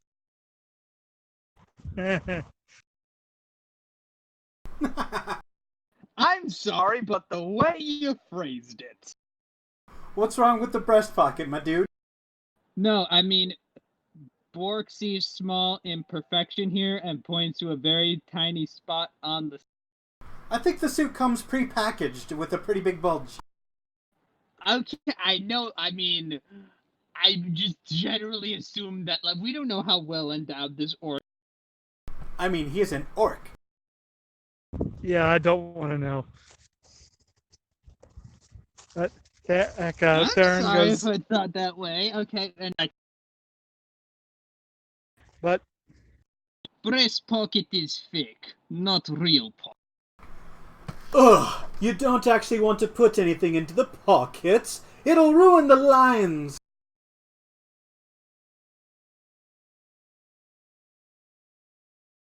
You want... this is pardon me, actually, Bork, if you are worried about the sword, all you need to do is just get yourself a nice, leather strap, just that you could, like, put it in the back and it still helps the lines, if you will. And dishevel the suit? Oh, my Well, if fashion it's king's black, heart can't take it. Bork not into Bork BDSM. Bork not into BDSM. Okay, Bork, how about this for a nice little compromise? How about this, okay? Here's a thought. Bork, what if you carry around a sword bag?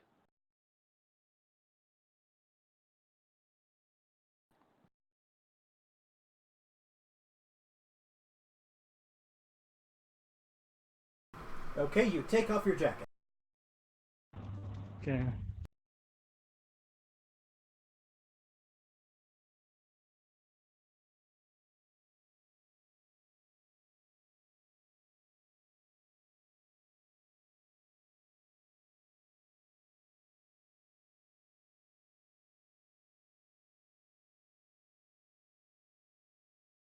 Alright, so what would the party like to do next?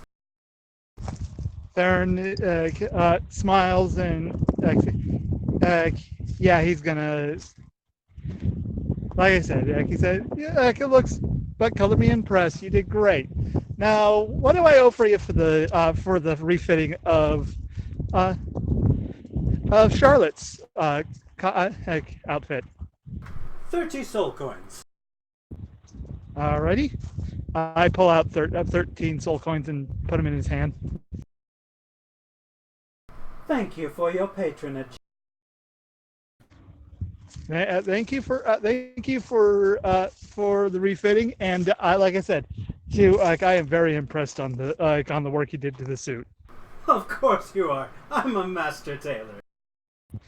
Yeah, yeah, but I prefer my two costumes. I pull out the fool and I pull out the jester outfit, complete with You are a mask. good clothes maker.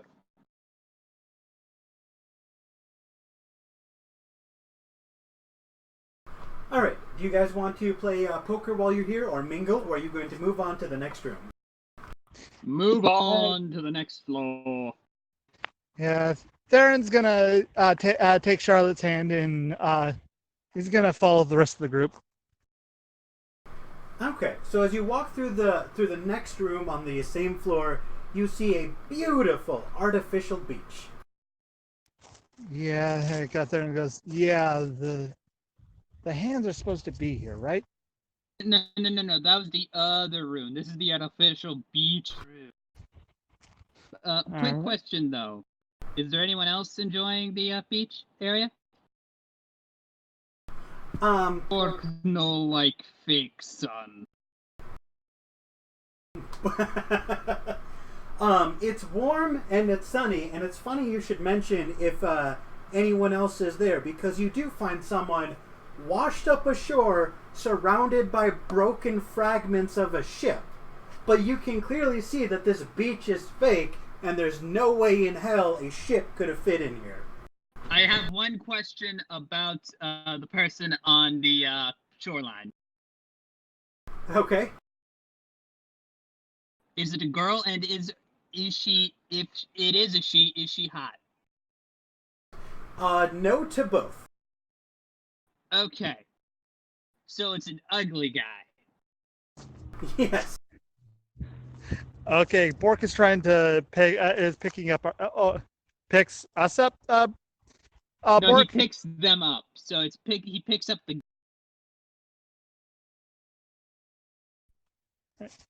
Theron, he's standing there with Charlotte's hand in his. Going, Is "That is person a okay? Is person broke? So, when you walk over to the person, you see they are in fact a squid folk, a humanoid similar to a triton, except their head is that of a squid. First we've had a lobster person. Now we have a squid person.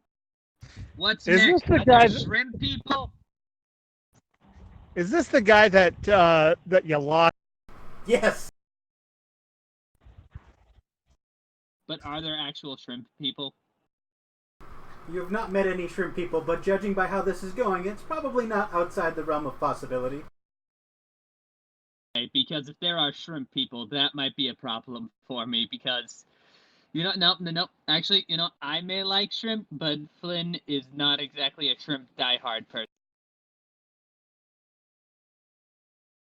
So, he looks over at the squid person and looks at this person and goes, "Are you okay?" He goes, "Oh my god, where am I? What happened?" You're in a casino. That's On impossible. a fake beach. So you see this man crawling on his arms and legs, covered in a wizard's robes and various arcane trinkets. He goes, "Please, help me to my feet." I lift him up.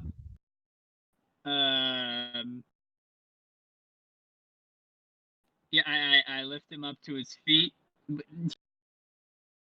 Yes, Bork, he does have feet. As you pull him up, you can see that he looks like he's been battered to hell. And he goes, and he holds his broken ribs. "My ship! It was attacked! My ship and its entire crew were ripped apart by cannon fire." And he looks around, he's like, "Something looks wrong with this island." It's Yeah, fake.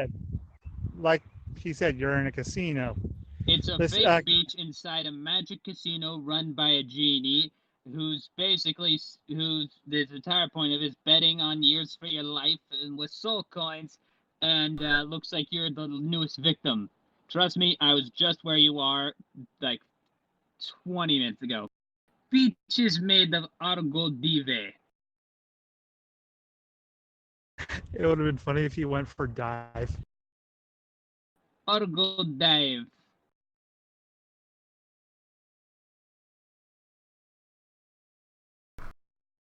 Oh, okay then. Beach is made by Argo Dive. Yeah, that's the name of the genie guy, and we're trying to get our way out ourselves. So, I don't know if you want to join us or not, but if we're trying to figure our way out. Yeah, I'm Theron. This is Bork. That's Bork. That's I'm Flynn. What's your name exactly? My name is Lakis. The squid man won't bake in water.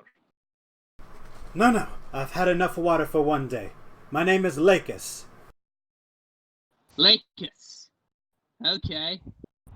and By this any this chance, is do you have a cousin? What's your last name? Let me pull it up really quickly.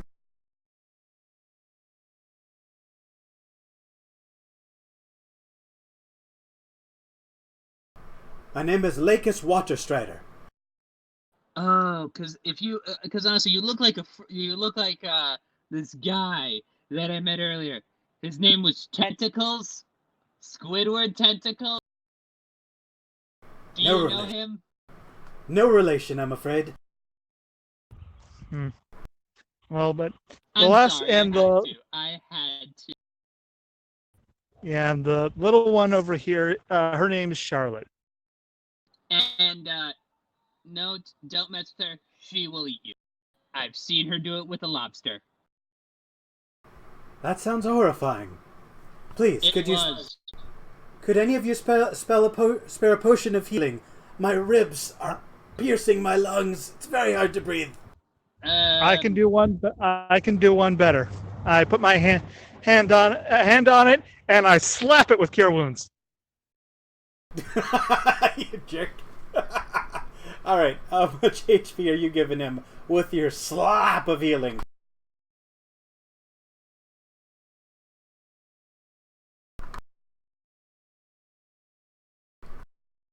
So he goes, as you slap him and goes, "Ah, thank you, sir. It feels good to breathe without being impaled." No problem. No problem. But yeah, be careful around Charlotte. She has tendency. She is a bit. She is a bit. What would be a correct word to say this without sounding mean? Because she's special. Yeah, she is a special girl who who has a tendency to lash out her emotions in. She doesn't know how to express herself very well, so she tends to lash out a tiny bit. Sounds like my That's ex-wife. a good way to put it. Oh, I like you already. Trust me. Well, my ex-wife is missing me, but her aim's getting better.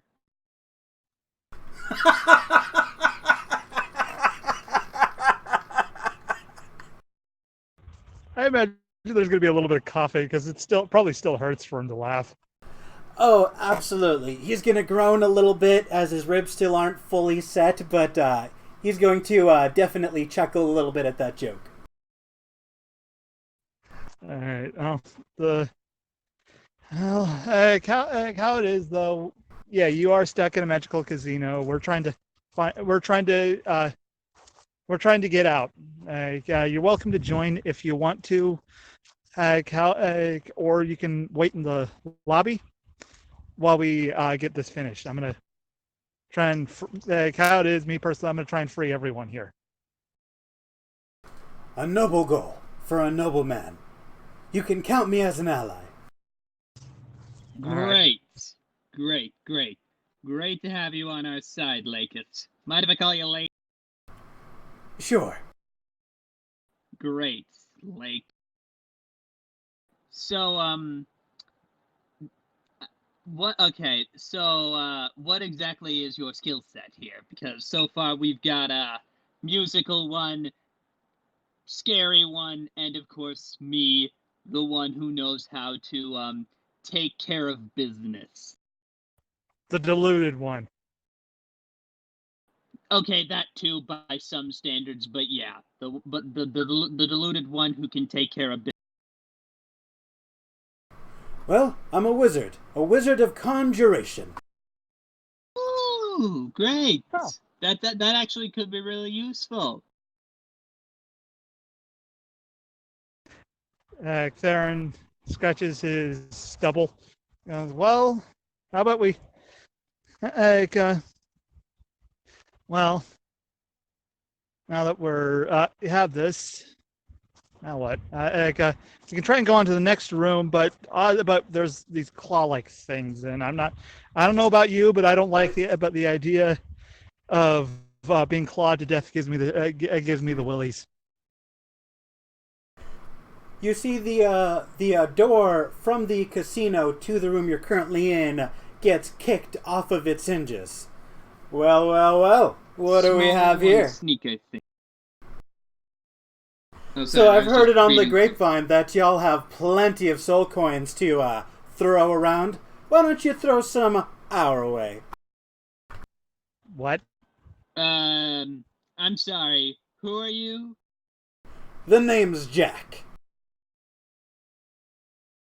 Oh. This is my associate, Domino. You look there, and Damn it! Oh, god damn it. You had to do that to me. You had to do that to me. Yeah, Theron go. Yeah, he look. She looks hot. Yeah. She looks. Oh, sorry.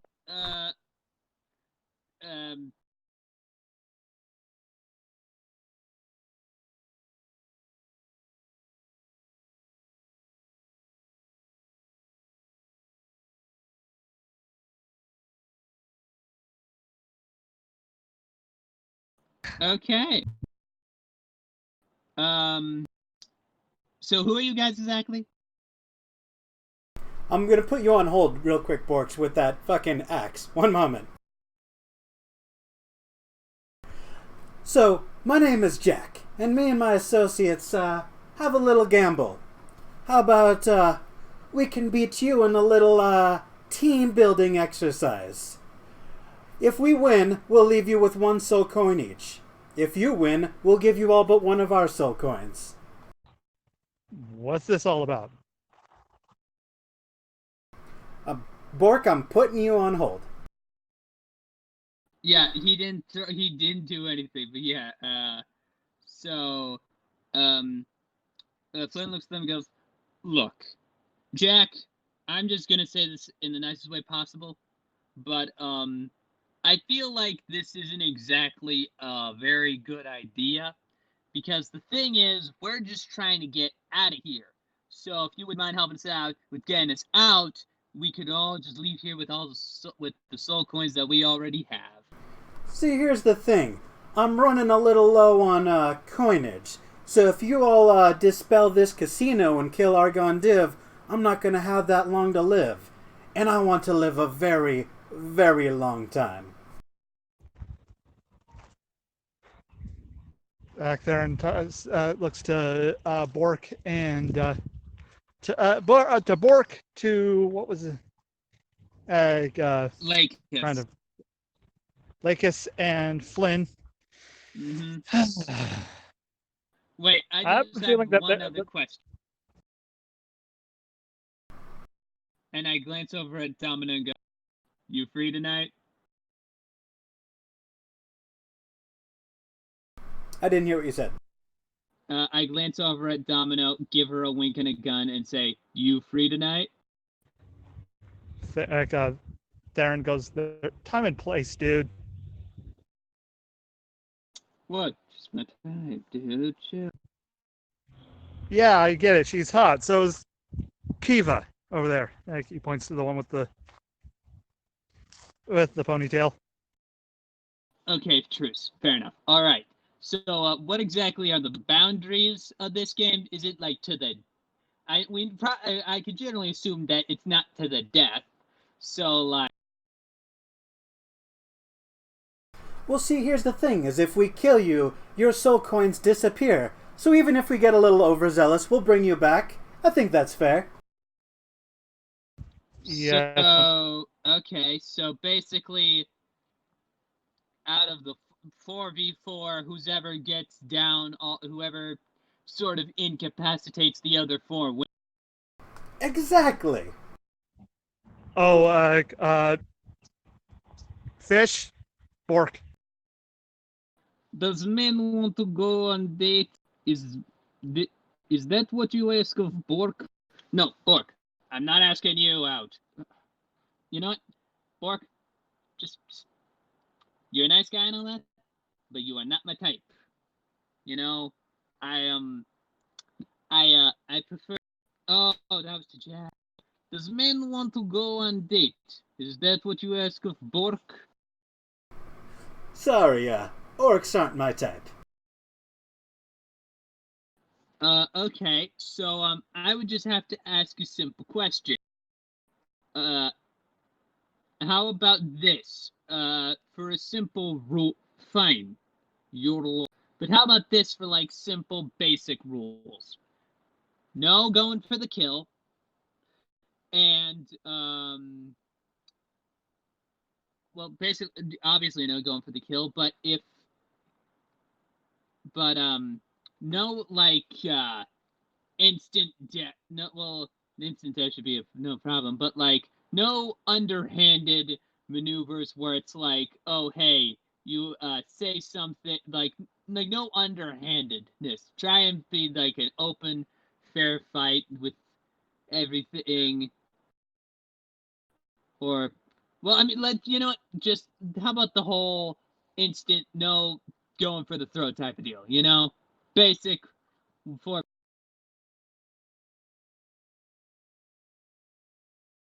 God, you suck at this. I know I do. It's just in my usual encounters, whatever the people I usually fight don't really see it coming. I'm not. I really do suck at this. Alright, you'll say, look, there's a lot of different weapons and techniques, but I'm relatively confident there's nothing you can really do to hurt me. But I promise I don't have any scrolls of instant death tucked away anywhere. If I did, we wouldn't be here. So we fight until we're incapacitated or you surrender. 4 versus 4. What do you say? You guys cool with it? I really don't want to do this, but I say, Charlotte, get behind us. Charlotte is going to ready her arms of Hadar and step forward. Lakis is going to try and get in front of her and take her place in battle. The two of them jockey for position, both of them wanting to get in the fight. Okay, guys, one of you's going to stand out. Sorry, what? One of you's going to have to stand out. I say rock, paper, scissors for who goes in. If Bork wins, Jack goes on date with Bork. Deal!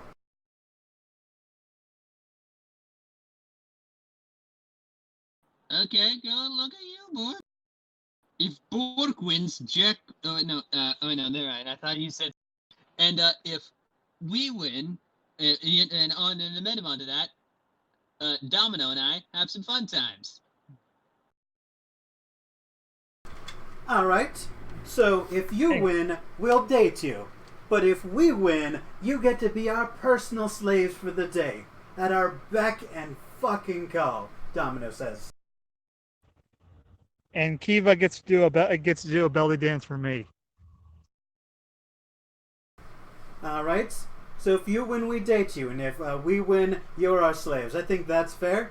Why don't we shake on it, boys? And Domino holds out her hands. Alright. I grab it and I look it over at Lakis and Charlotte to see if they figured out who's going in the force. You want them to rock, paper, scissors it? If anyone else got any... Theron, what's your take? Well, Theron does not want to Charlotte in this because he did say he was going to protect her. Like, so, like, but Lakis is pretty much on his dead, almost dead on his feet. At least from the look of it to him. So, yeah, the rock paper scissors bit. All right. All right, so I guess rock paper scissors will be handled with the 1d3. So do. 1 is rock, 2 is paper, 3 is scissors. 1 beats 2, 2 beats 3, 3 beats 1. I'm okay with that. So we'll have Lakis roll first. Alright, rock. So it's rock, paper, scissors. So That's scissors, that's scissors. That's scissors. And Charlotte gets paper. So Lakis wins. Alright, great.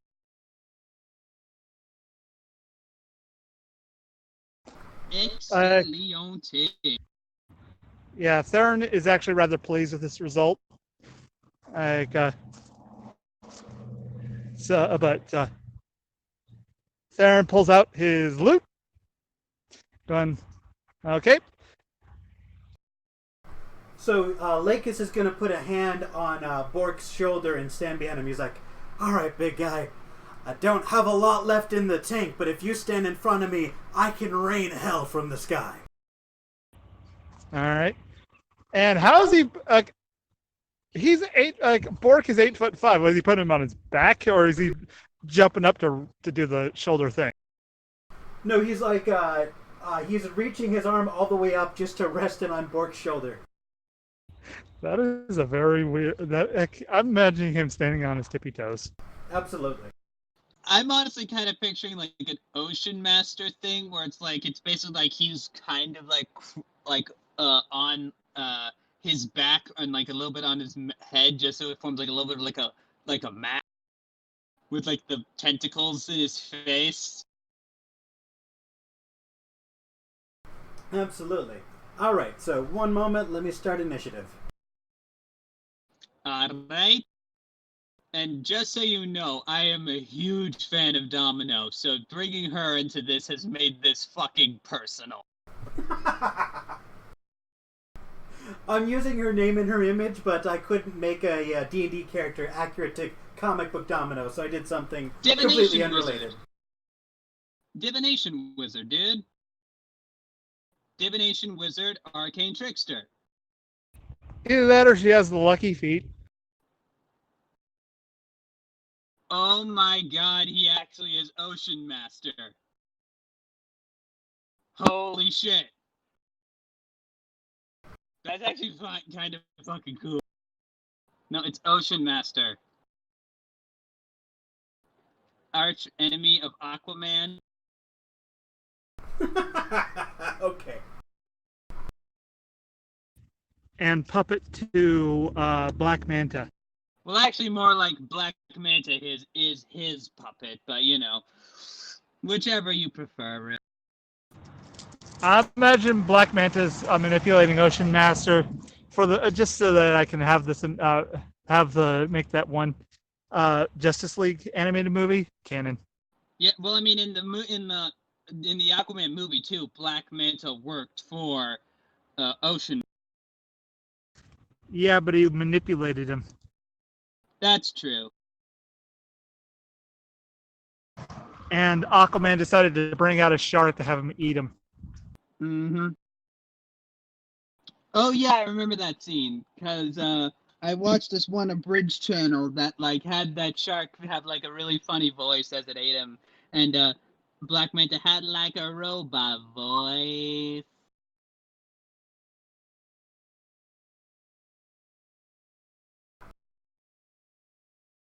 Yeah, Justice League Atlantis abridged, where they had I forget what the name it was. I think it was Hank the Lobster. Was like where they basically just had him sound like Zoidberg.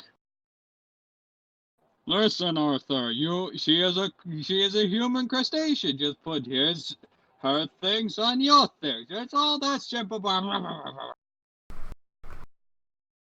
Yeah, anyway, back. Anyway, so Lakis is going to crack his knuckles and be like, "Alright, stay in front of me, big guy, and let me show you what I can do." And he's going to swirl his hands with arcane magic, and he's going to summon a greater demon. With a fish face. Let's see. Wait, hold on. Is he just summoning tiny versions of kaiju movies, kaiju monsters from Pacific Rim? I love it. Let me pull up what he can create. One sec.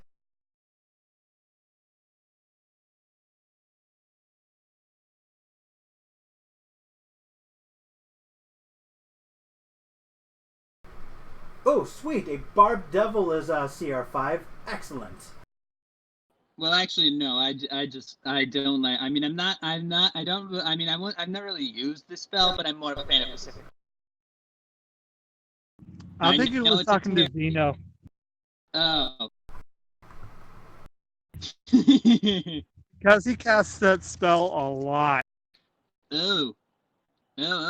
Is it wrong that I think that he looks like a Grinch had sex with the gremlin?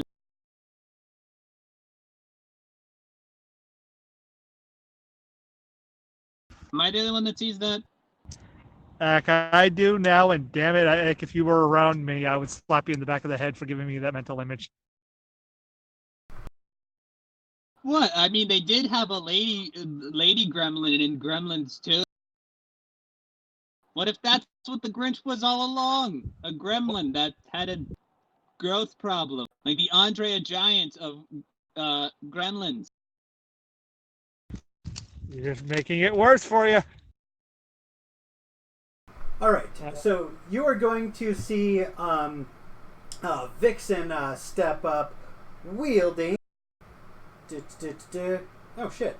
Forgot to give her a weapon. One sec. Look at the little baby kaiju monsters. They're gonna destroy everything, aren't they? Are they gonna be big meanie poos? So she's yes, going they to. are. Now, Bork, are you still wearing that helm of aggro?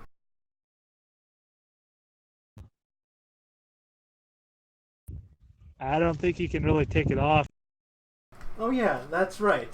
So Bork, prepare to get. So she is going to pull out a mace, and she is going to cast Searing Smite. Oh no. You're going to see She flares of white hot flames burst onto her mace as she takes a swing. Okay. She can try to hit. Does that beat Bork's AC? No. Bork, take it like man. Take it like orc. Bork, take it like orc. Okay, so you're gonna see her charge up the magical flames, charge in, and swing, but miss completely. Just getting a few tendrils of smoke underneath your orcish nose. She's gonna go, fuck! And just kind of look up at this 8.5 foot tall monstrosity, and she's gonna go, I miscalculated. Orc agrees. I flinch. Now it's Bork's turn.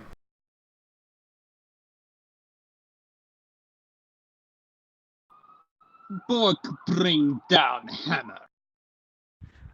Bork crush puny female. Bork goes straight for Jack. Alright, he's within 30 feet, but if you leave melee range, you're gonna provoke an opportunity attack. Looks like he's gonna keep doing it. Natural 20. Me too. 2 nat 20s. Oh. So, Okay. 1 second. Okay. Bork, buddy, you might want to calm down a second. You got hit with the opportunity attack. Okay, so in order of events.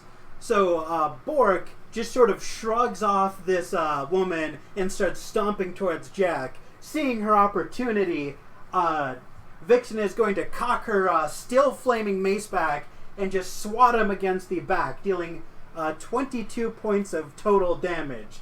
Bork, unhindered despite this massive lower back. He's immune to critical hits. That is correct. What? Immunities, critical hits. God damn it. Okay, explain. I think he might be wearing adamantite. Wait, you could be wearing that. What the fuck? Yeah, 2 uncommon items. I get 2 uncommon items? I told you that before you made your character. I don't know why you ignored me. Oh, I forgot about that. Whoopsie. Okay, so hold on a second. Give me just a tiny bit of silence while I describe what happens.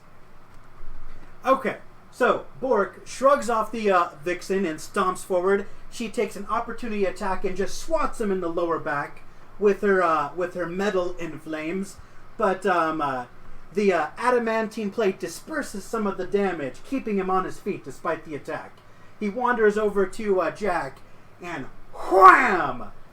Bashes him over the head with a massive strike from his battle axe. He tries to follow up with a second attack, but he bashed Jack so far out of the way that his second attack missed. And Jack takes 30 points of damage. Ouchies. You can see that he is now prone and bleeding from the head as he was just knocked across the fucking room. Bork, do you have any bonus actions? I imagine it's going to be an action surge on Little Man. His left eye twitches from the bruising, making it look like he winks back at you.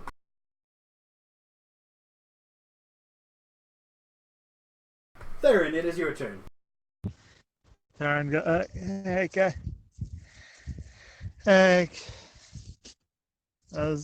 didn't expect to actually use this so quickly. He pulls out the scroll of polymorph. He looks to Kava. I think you look better as a mouse. And I cast it. Wisdom save, right? Yep. And it's the scroll, not his actual casting of the, not his actual spell slot. So it is she gets a 10. What is the save? I think it's, let me check the scroll.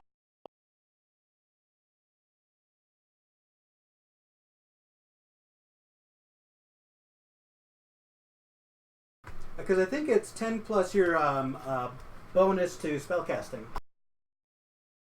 Yeah, it's not good for her. Mine is high, so it's 17. So she fails, and she is now mouse. A very cute mouse. So, all right, and he says, "Don't worry, lady. I'll turn you back when this is all done." She's going to squeak obscenities at you. That's not nice. And I end my turn. Flynn, it is your turn. All right. Here's what I do. I'm going stealth, using my bonus action to hide. All right, roll for stealth. Let me examine passives on everybody.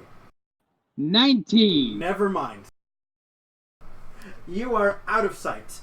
Everyone is too busy staring at Bork's big, ugly, shirtless self plus that helm of aggro that he's wearing. So you just dip out of their line of sight and come. Who are you attacking? I am going to attack. I'm going to. I'm not going to attack Domino. I'm going to attack Kiva. She is mouse. Wait, hold No, on. no, no, no. She is mouse. Hold on. Never mind. Right. Hold on. You know what? I'm going to attack. You know what? Just because I'm going to attack Domino.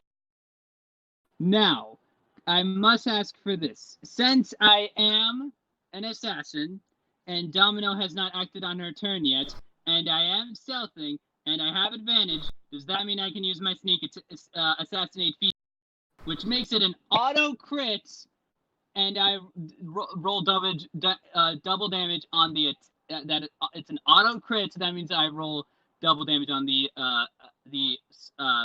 attack with the sword, and then double the sneak attack. Yes. Okay, now, since I've used this time to get some magical weapons, but obviously I will not use those until next game because that would just be kind of unfair, so I'm going to use a regular.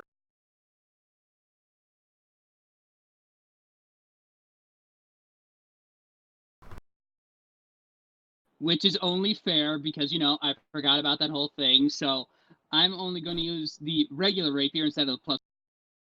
All right.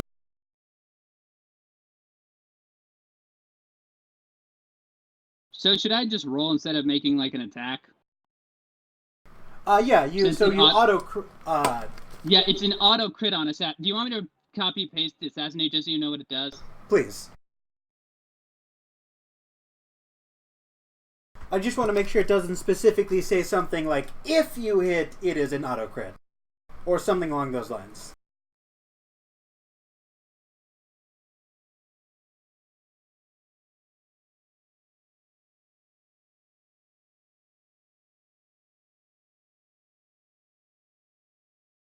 And yes, Bork. Bork is feeling very sexy.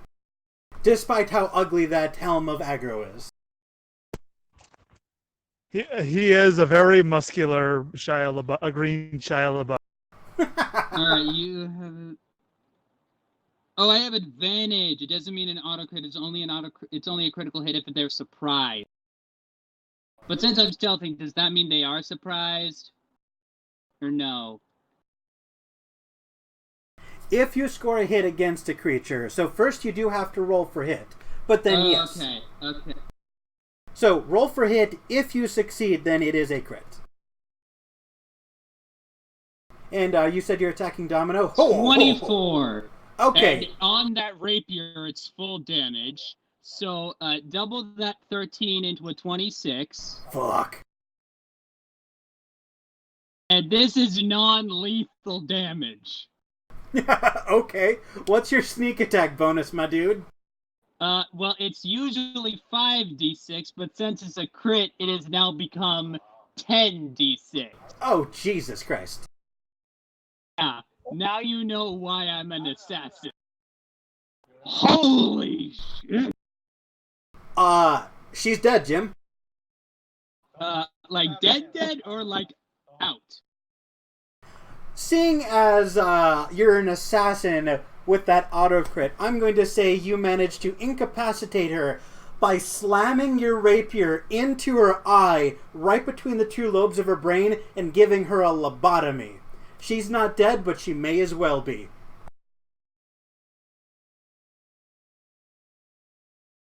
Healing word, though? She is lobotomized, and she falls to the ground, eyes open, mouth drooling.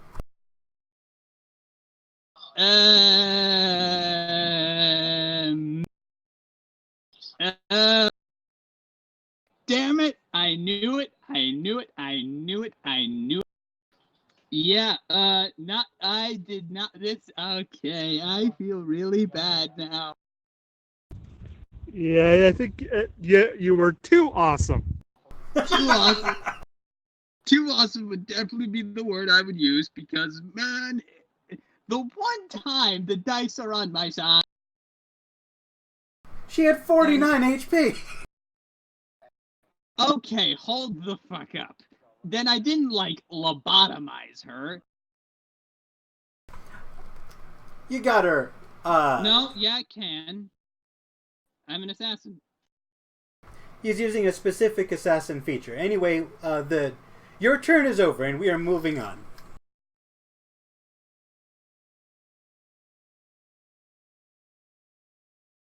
Alright, it is Jack's turn, and Jack just witnessed you lobotomize his friend, so he is pissed.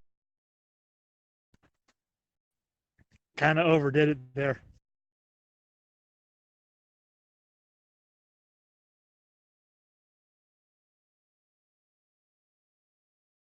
Let me see what his most powerful attack is, because he's not fucking holding back at this point.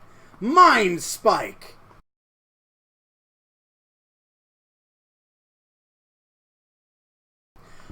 Alright, oh yeah, you're right, he is compelled to attack you. So he's like, once I get rid of this fucking orc, I am coming for you. And he casts Mind Spike on Bork. Bork, make a wisdom saving throw against psychic damage.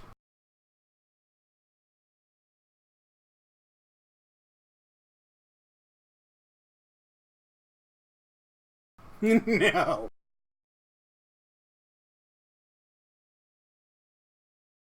Alright, so you take... Oh, that's not too bad. You take 15 points of psychic damage, and you are magically tracked, meaning you cannot hide while the spell is in effect and you are on the same plane of existence. Not that you were planning on stealthing, but now you can't. Yeah, his idea of stealthing is hiding behind a tree that's too small for him to hide. Alright, and then he is going to bonus action Shadow Blade. So he is going to create a magical sword, which he will use as a melee weapon. Let me just see if he can attack with it immediately. But yeah, like,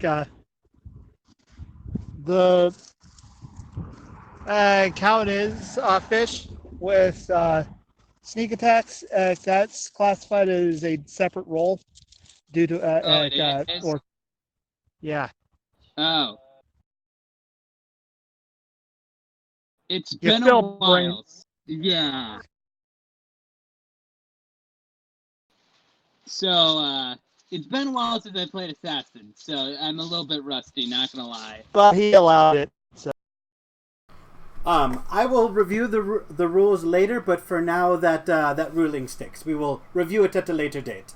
But yes, he will use his bonus action to summon a Shadow Blade and attack our good friend Bork with a melee attack.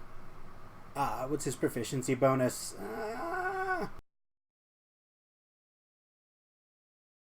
There we go, +3. So that's a +5 to hit.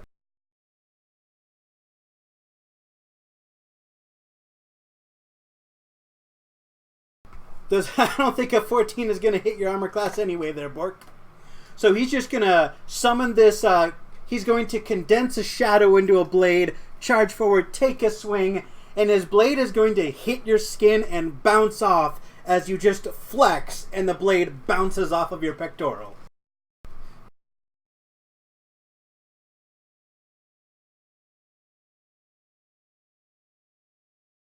And now it is Domino's turn. And she came down with a severe case of lobotomization, so she's down.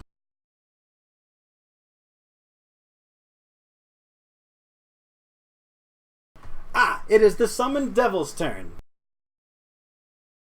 So the Barb Devil, attacking wildly, just barely following Lakis's orders, is going to charge at Jack and make 3 melee attacks. 1 with his tail and 2 with his claws.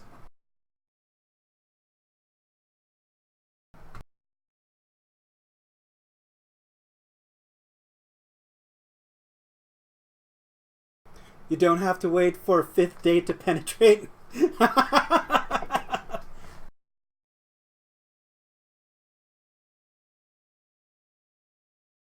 What? Yeah, Domino's dead, so it's the devil's turn, so, yeah. There we go. So he's going to attack Jack with a 23, an 18, and a 19. Oh, shit. All of which hit.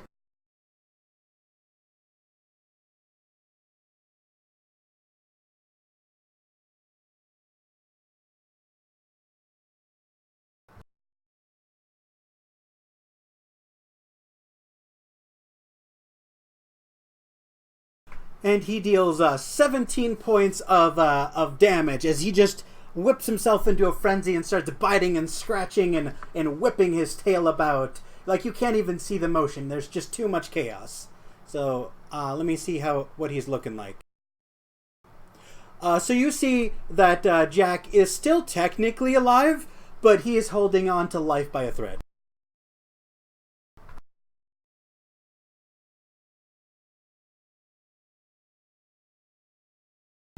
Alright, it is now Kiva's turn, and Kiva is Mouse, I believe, correct?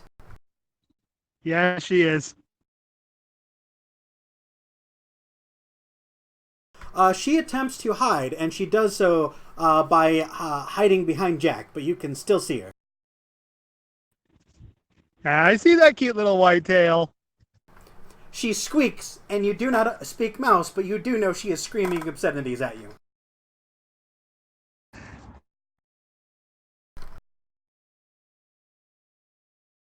I will say, demon not allowed to fight anymore. You see Lakis look at his hands, and he goes, "You know, if I give up control of this demon, I can summon another one." God, no. No, no, no. No. No. This No. is a friendly match. Alright, death is not in the equation. I need all of you to make a persuasion check.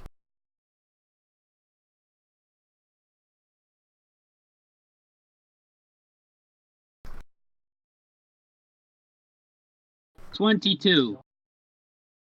28, holy shit. So Bork was like, Bork was not convincing. All he does is go, "No," smiley face, or frowny face.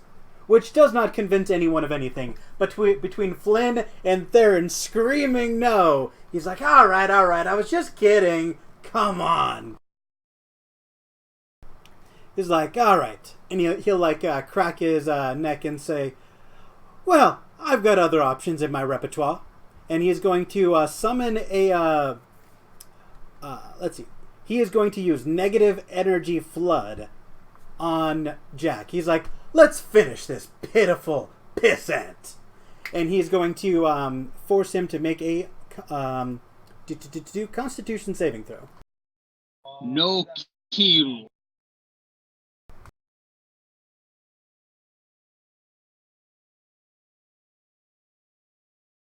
Which he failed.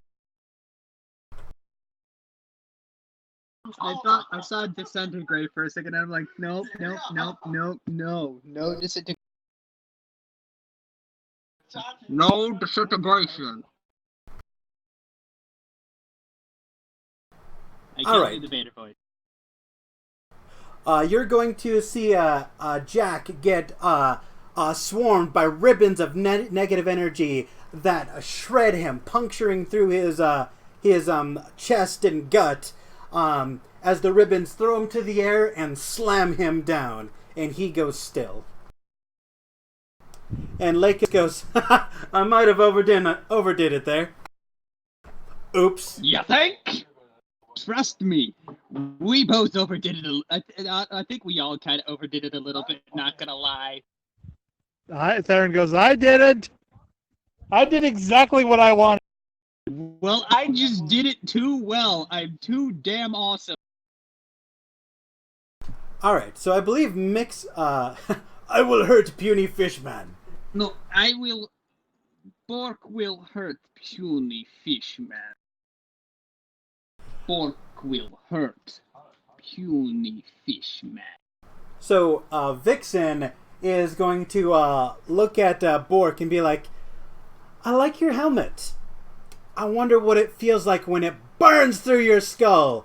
And she casts 5th level heat metal. Oh jeez, oh jeez, oh god. All right. Okay, so it's official that she is a forge cleric.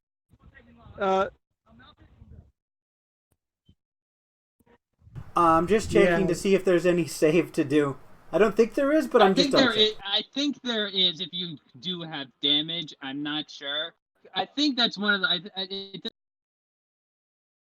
Okay, so you must make a Constitution saving throw or drop the object if you can, but it's cursed, so you cannot drop it. So make the Constitution saving throw. He can't. It doesn't do him any good. There's actually no save against the damage. No, if the creature is holding or wearing the object, it takes the damage, but the creature must succeed on a Constitution saving throw. To drop cursed. No, or drop. There's an or. It can't. If it doesn't drop the object, it has disadvantage on attack rolls and ability checks until the start of your next turn. So he can't drop the helmet because it's cursed. Yeah, but he can still save from the damage. Or maybe I'm just being stupid. Yeah. Okay. Okay, so Flynn says you can save against damage. Bork says you can't. Theron, tiebreaker. You can't save it against damage. The con save is to basically be sure to go. Actually, let me double check that because it's confusingly. I agree that it's confusingly worded. The creature must succeed on a Constitution saving throw or drop the object if it can. I'd say go for the save to see if it does the damage, but regardless, he's still going to have disadvantage. Yeah, I mean the disadvantage is indisputable, but I'm just saying for the damage, for the 2d8 damage, fire damage, roll the. Well, you can. I know that you still get the disadvantage, but might as well save yourself a few hit points. Okay, so it sounds fair, like not unanimous, but that he can save against the damage. It doesn't specifically say if you take no damage or half damage, but I'm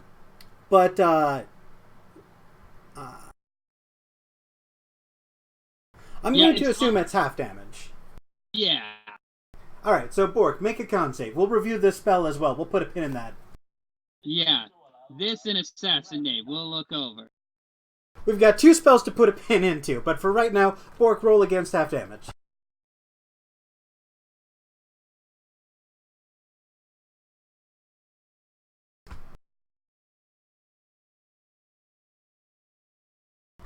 The save was... Does that beat the save or no? The save was actually 12. So you take half of 23 damage.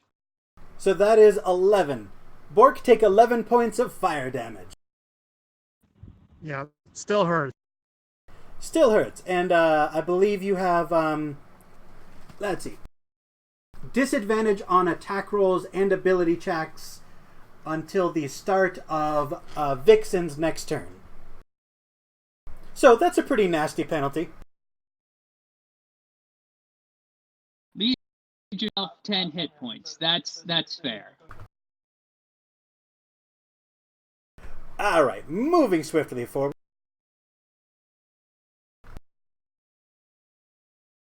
Bork, you've just had your skull lit on fire by magic.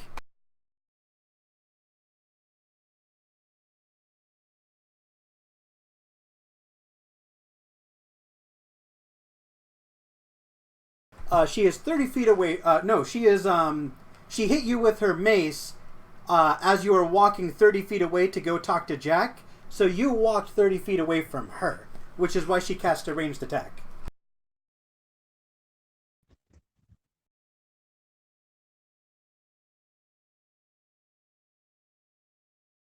Yeah, that's gonna hit.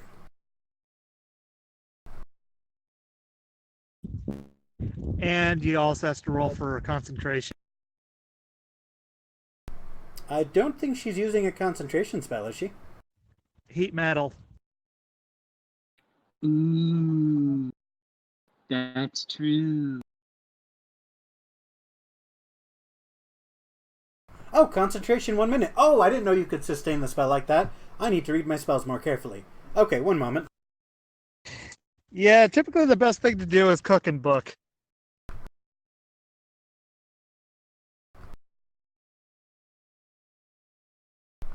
Eight. Burr. So she loses her focus on the spell, and let's see.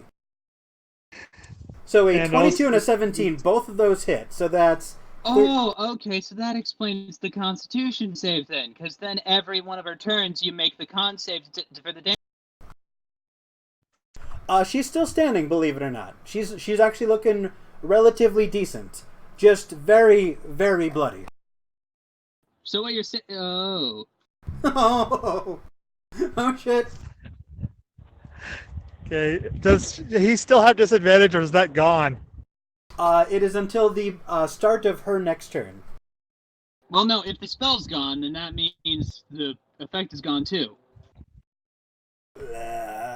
Sure. So, Bork, reroll 2 attacks with no disadvantage.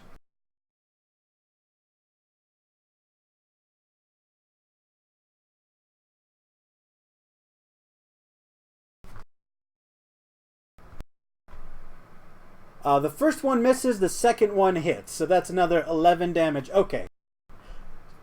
She's officially bleeding profusely. So, with Bork, you just walk over to her, you raise your massive two-handed fuck-off battle axe, and just chop! Chop! Swing and miss, chop! And you're just bringing this axe down on her, her shoulders, and you cleave off her right arm. She's holding her arm, bleeding, and getting dizzy. Make an intimidation check.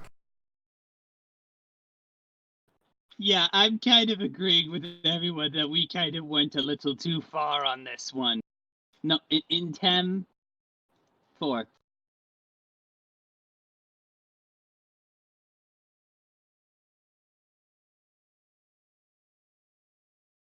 A Yeah, plus my 2 to your intimidation? I haven't used all of my tricks, Orc. I can still win this! I can win this on my own! Yeah, but Theron's probably up next.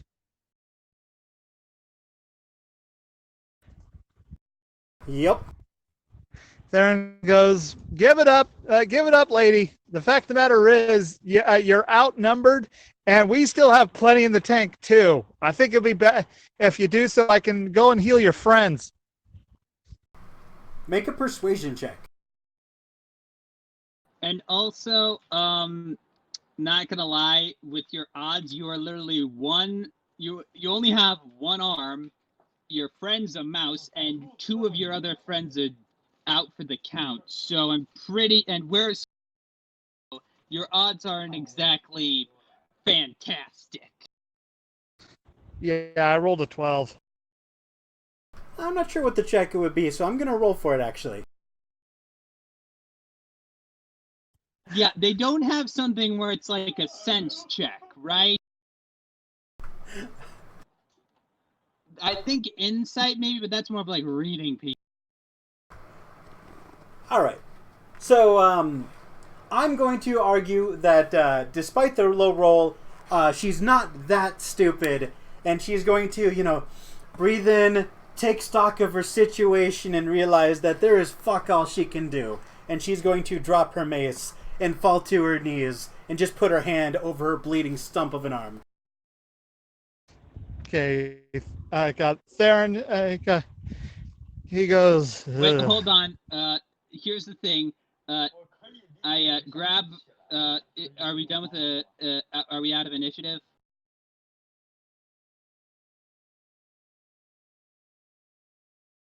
Yes. Because here's the thing. It's been like 6 seconds, right? Okay. The arm was cut off. Yes. It usually takes like at least like 15 minutes for the arm to be completely usable again. So what I'm going to do is I'm going to grab her arm and hold it up to the stump while Theron does some healing magic to reunite the limb to her torso. So a, Yeah, he's gonna do that. so a severed arm This is is gonna hurt. A severed arm is no simple matter to reattach. I'd like both of you to make medicine checks for me. And see if you can not just stop the bleeding, but also successfully and fully reattach her limb. Oh, dang. So all we have to do is not have Flynn fuck it up. 20. Fuck yeah. Okay. So, you work together as a team. Flynn, you hold her still, and Theron, you hold the arm there. Go ahead and roll for healing magics. How much HP you giving her?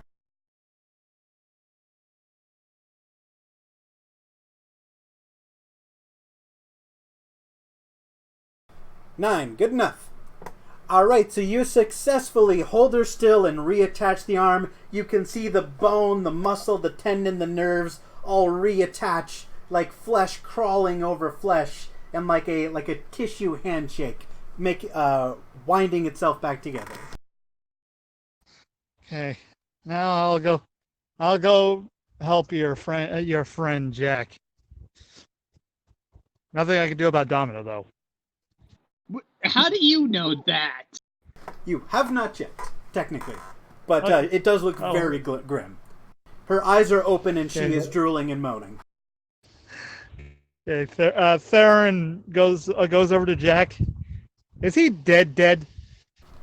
He is dying, in the process of becoming extra dead. Alright. So he's dying. Okay. Theron's gonna go over and cast Cure Wounds on him.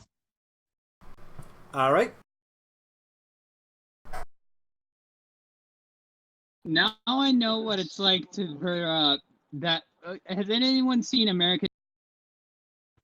I have. Okay, so you know that one episode where Stan sets his boss up with one of Francine's friends, and when she sneaks up on him, he snaps her neck? I never saw that episode. Okay, well, watch it. You will now know how Flynn feels right now. Okay, but Theron's gonna save Jack, and Keva is going, okay, you ready to go back to normal human form? She's gonna nod sheepishly. Alright, I release the spell, which the scroll, which was glowing the entire time, burns up. And also, could I roll some sort of medicine check on Domino? Please do.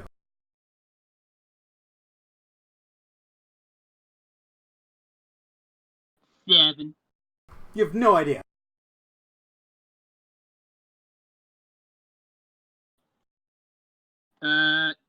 Guys, little help over here. Alright, I'll seeing as I'm the medic here, I'm gonna go for medicine check on her. Alright, go ahead and roll for it.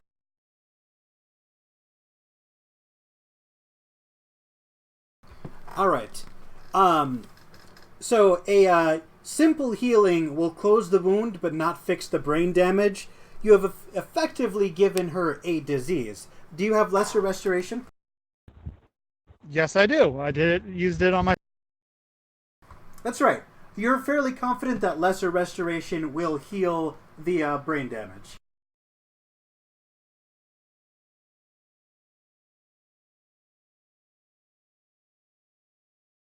All right. So she is back up. So everyone is alive. No one is brain damaged, and in fact, Kiva didn't take any damage. She just got mouseified. Yep. I effectively took her out of the fight. Flynn just looks at Domino and is sort of like, I would like to apologize for what I did. I did not realize how good I was at my job.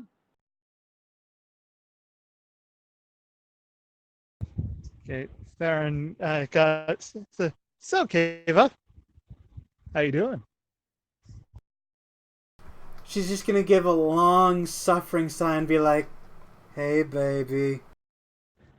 Like the least convincing "Hey, baby" you've ever heard in your life. He pulls out his loot. He goes, I got something that might cheer you up. Like he starts playing for. Absolutely. Make a performance check.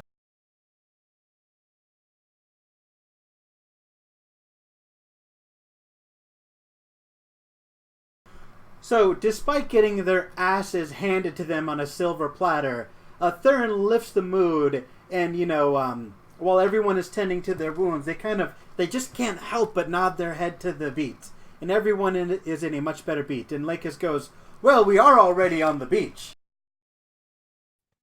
I say we enjoy it. Take a minute, take a break, take a rest."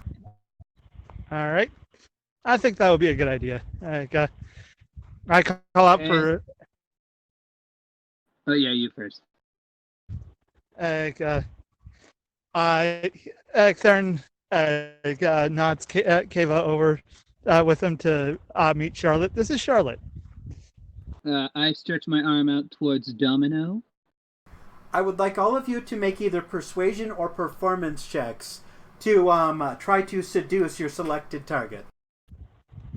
Yee.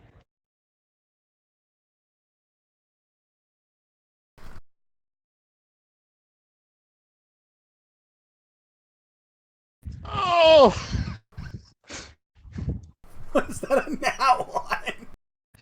I imagine that as he's playing his lute, one of them comes loose. Well, this shit. Can we have it? Damn it! I was gonna say, can we have advantage because it's a beach. It's a very romantic atmosphere. That advantage would be canceled out by the fact that you just beat the fuck out of them. Normally, that would definitely give you advantage. Music made it better. But yeah. Doing. I'm sorry. Damn. You know what? Just for the fuck of it, I'm gonna have Lakis roll to steal your girl. Okay, which one? Domino. Damn it. He's not very charismatic. This will go poorly. I loot. He's about as charismatic as a fish. So he just walks over to Domino and go, "So, do you have a fetish for tentacles?" and wiggles his face tentacles. And she just splashes a drink in his face. So you all spend a couple of hours on dates that go absolutely horrendously. Just the creepiest one-liners. None of your jokes get any laughs. It is just painfully, cringingly awkward. Yeah, and my character now has to fix his loot. And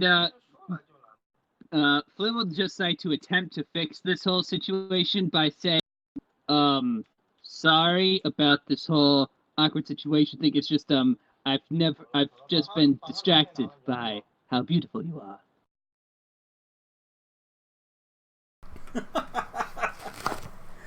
All right. So the first hour of the date goes poorly, but they still agreed to go on a date for the day. So I'm going to give each of you a second chance to turn this around. Everybody re-roll.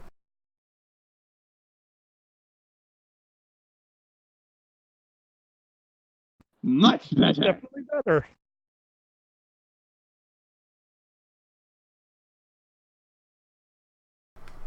All right.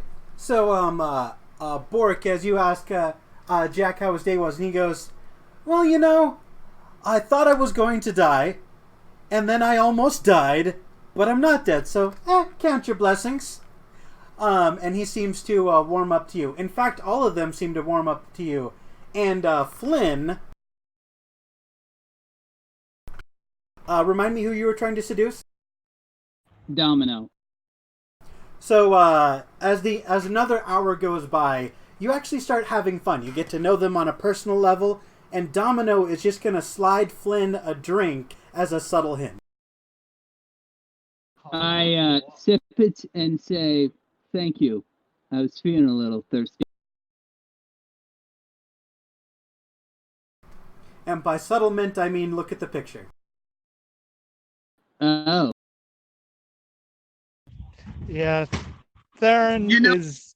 He's going to sip this drink, look at her, give her the smolder, and say, I was feeling a little thirsty, and then give her a slight wink. She's going to use magic to conjure a little sandcastle so you can have some privacy. So I'm going to require you to make a performance check for me. Okay. But for the most part, Theron is staying Natural close. 20.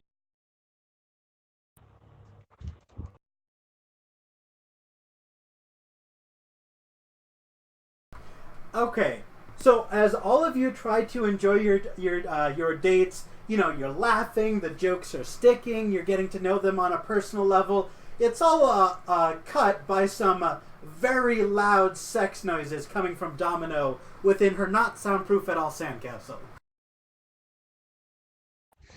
Theron is trying to cover Charlotte's ears. She kind of looks grossed out and a little confused. Flynn, I need you to make a Constitution check, not a save, a check for me. Let's see how strong your little Flynn is. And I'm going to roll a con save. 12.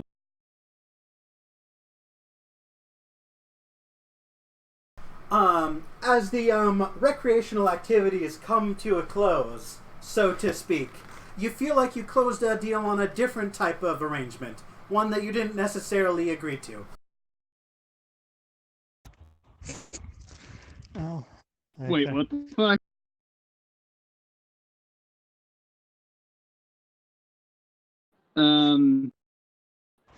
Yeah, you're gonna have a little Flynn. Or Flynette. Okay. Quick question. We're in the is there anything else you need? So like I could just oh no boy. Oh boy. Okay. This has never happened to me before. Yeah, this is actually surprisingly common in Xeno's campaigns. I've never once heard any of your characters say, but first I'm going to use protection. So it's like your actions have consequences, and those consequences need diapers. Fair, okay, but like, do condoms exist in D&D? Actually, so fun, mostly irrelevant fact, lambskin condoms did exist in the late medieval period. Ah, okay. Did not know that. I know, it's such a bizarre fact that nobody knows. But nobody says I'm gonna pull out, nobody says, anything. No one's, I wonder if lesser restoration would fix that. I don't think so. It does not. That is not a disease. It's a matter of opinion, if you ask me. I'm kidding. Well, here's the thing. Neither of us know that at the current moment, so Flynn's just going to enjoy the moment. Check. Well, I mean, not every arrow hits the mark. Okay. Correct. She does not know for sure, and technically you don't either, but you just have a sneaking suspicion like, last I checked, I was a pretty potent man. I mean, like, I'm not like, it's like, I'd be like more like, oh, I should probably be careful about that. Or like, something like, oh, well, that might just happen. But he is just going to admire her, he's just going to admire her for a little bit and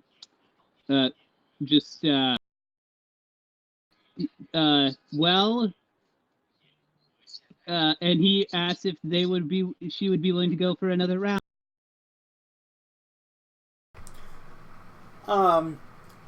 Let's see. What was your original performance roll 20, nat 20. Yeah, she'd be up for round Yeah.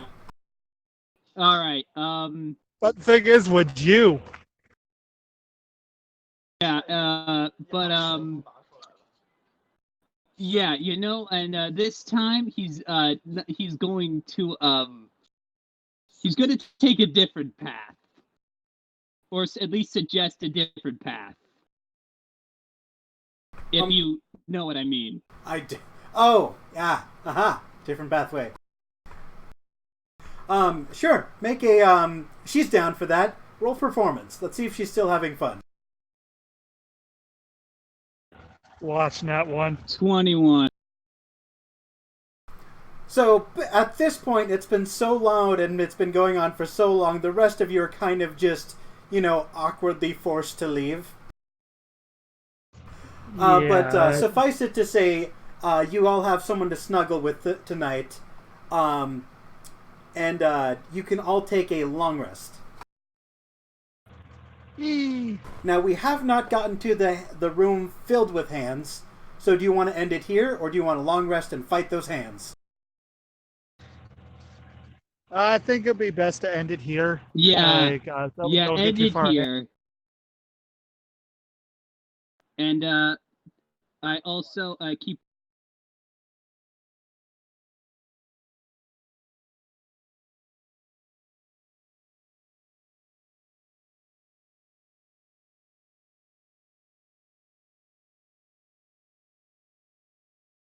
Yeah, and I also I know there's probably not a way for me like getting Domino's information. She does not have a cell phone. Yeah. So I mean, it's not like I could ask her like, "Oh yeah, where are you from?" Because it's like a multi-planar casino, so she could be like from a completely different plane of existence. Exactly.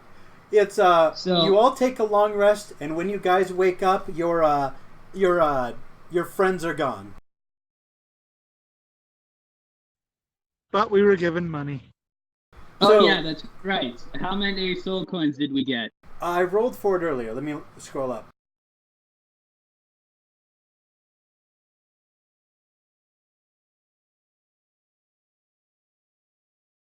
Oh wait, I just realized something.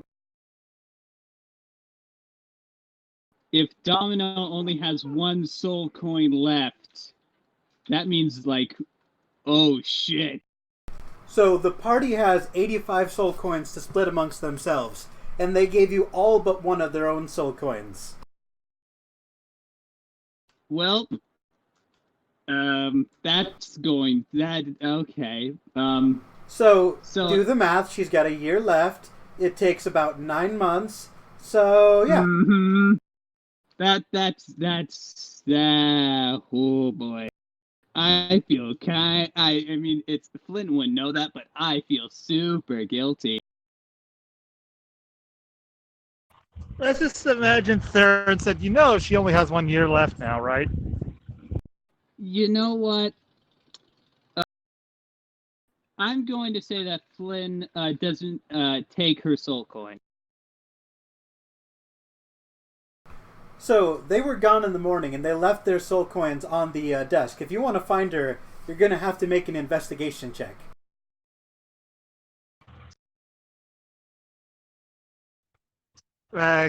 Theron picks up soul coins. 16. Jingles them in his hand. Bork, I'd like you to make an investigation check to find Jack. To try and give him some of his soul coins back. I wouldn't want to do that to them. Theron's gonna go look for him as well. Alright, make an investigation check.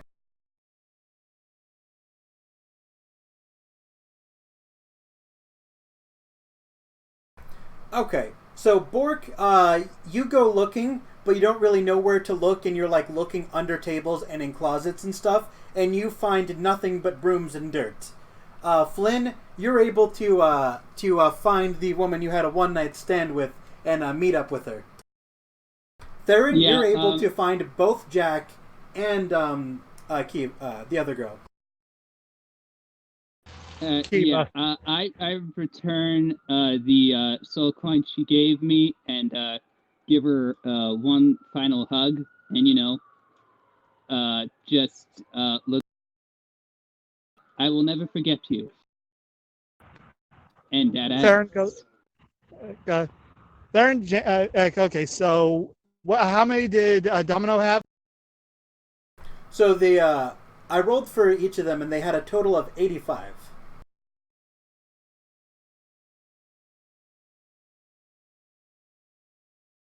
So let's say they had 21 each. Yeah, so Flynn returns the 21 that Domino gave him. Okay, so 64. Theron goes, yeah, I don't really much have the good conscience to take all of them. So I'll tell you what. I'll give you half of yours back.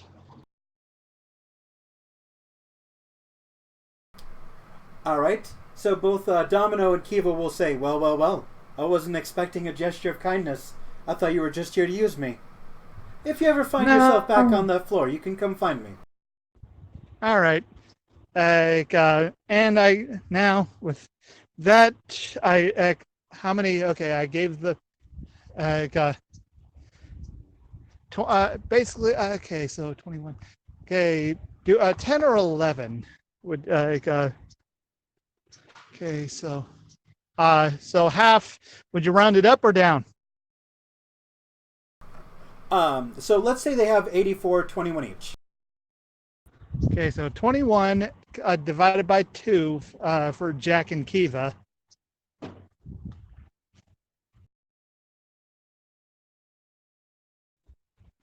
Or I'll go for 10. I gave them 10 back. And I go over to Charlotte and I say, hold out your hands. She'll hold out her hands. I give her the rest. The rest of the coins they gave us. So Theron, you're able, with your 23, you're able to find everybody and introduce Bork back to Jack. Jack is going to say that if you ever want to find this group again, they'll be hanging out in the Feywilds. They'll be the ones raising hell. It'll be easy to find them. All right, that won't be too hard. Plus, I'm pretty much the walking peacock, so yeah. Flynn will definitely try a little bit more romancing with a little bit of the kiss towards Domino, and maybe like a one final just enjoyment of the curve. Each of you will get a goodbye kiss from your mate. And then we head back towards the beach and feel really good. Yeah, Theron's gonna do the whole. You've watched Avatar: The Last Airbender when Katara kissed Aang on the cheek. Yes. That's what Theron does. He rubs his thumbs together like that, like with a flush. Yeah, Flynn is after the whole kiss thing. He's just gonna be. And now you're just gonna watch my tone as well.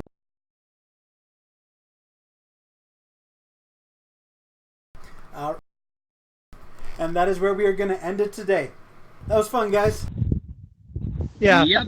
Now she the little girl has 33 more years strapped on. So you're giving that to Charlotte? And yeah, I given do the not remainder. And now that means that well, I'm probably gonna have to track down the Feywild now after that. Yeah. Theron's giving the remainder that they got from them to Charlotte, so that she has a bit more money in case things go south. That's smart. Yeah. So now she has 34. All right, great. I'm still at 250, and I am feeling very. Yeah. Because a character of mine got laid. He had some happy time. And with Domino. Cool. Yeah, not gonna lie. Domino, one of the top 10 on the hottest comic book character list for me. I'm more for Starfire. Who do you think's in the top 5?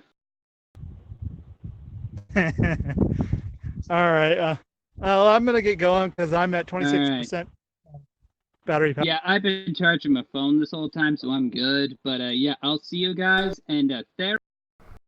I will Yeah. see you at my game later, and hopefully I get responses back from some of the people that I have been waiting for to join in on the game, which is great because I added in the ranger, a drow ranger that I've asked to join in the game, and hopefully I get to hear back from a monk, which is hopefully joining in the game, and then I'm still waiting to hear back from one person, but hopefully they respond yes, and that way we could get all 6. All right.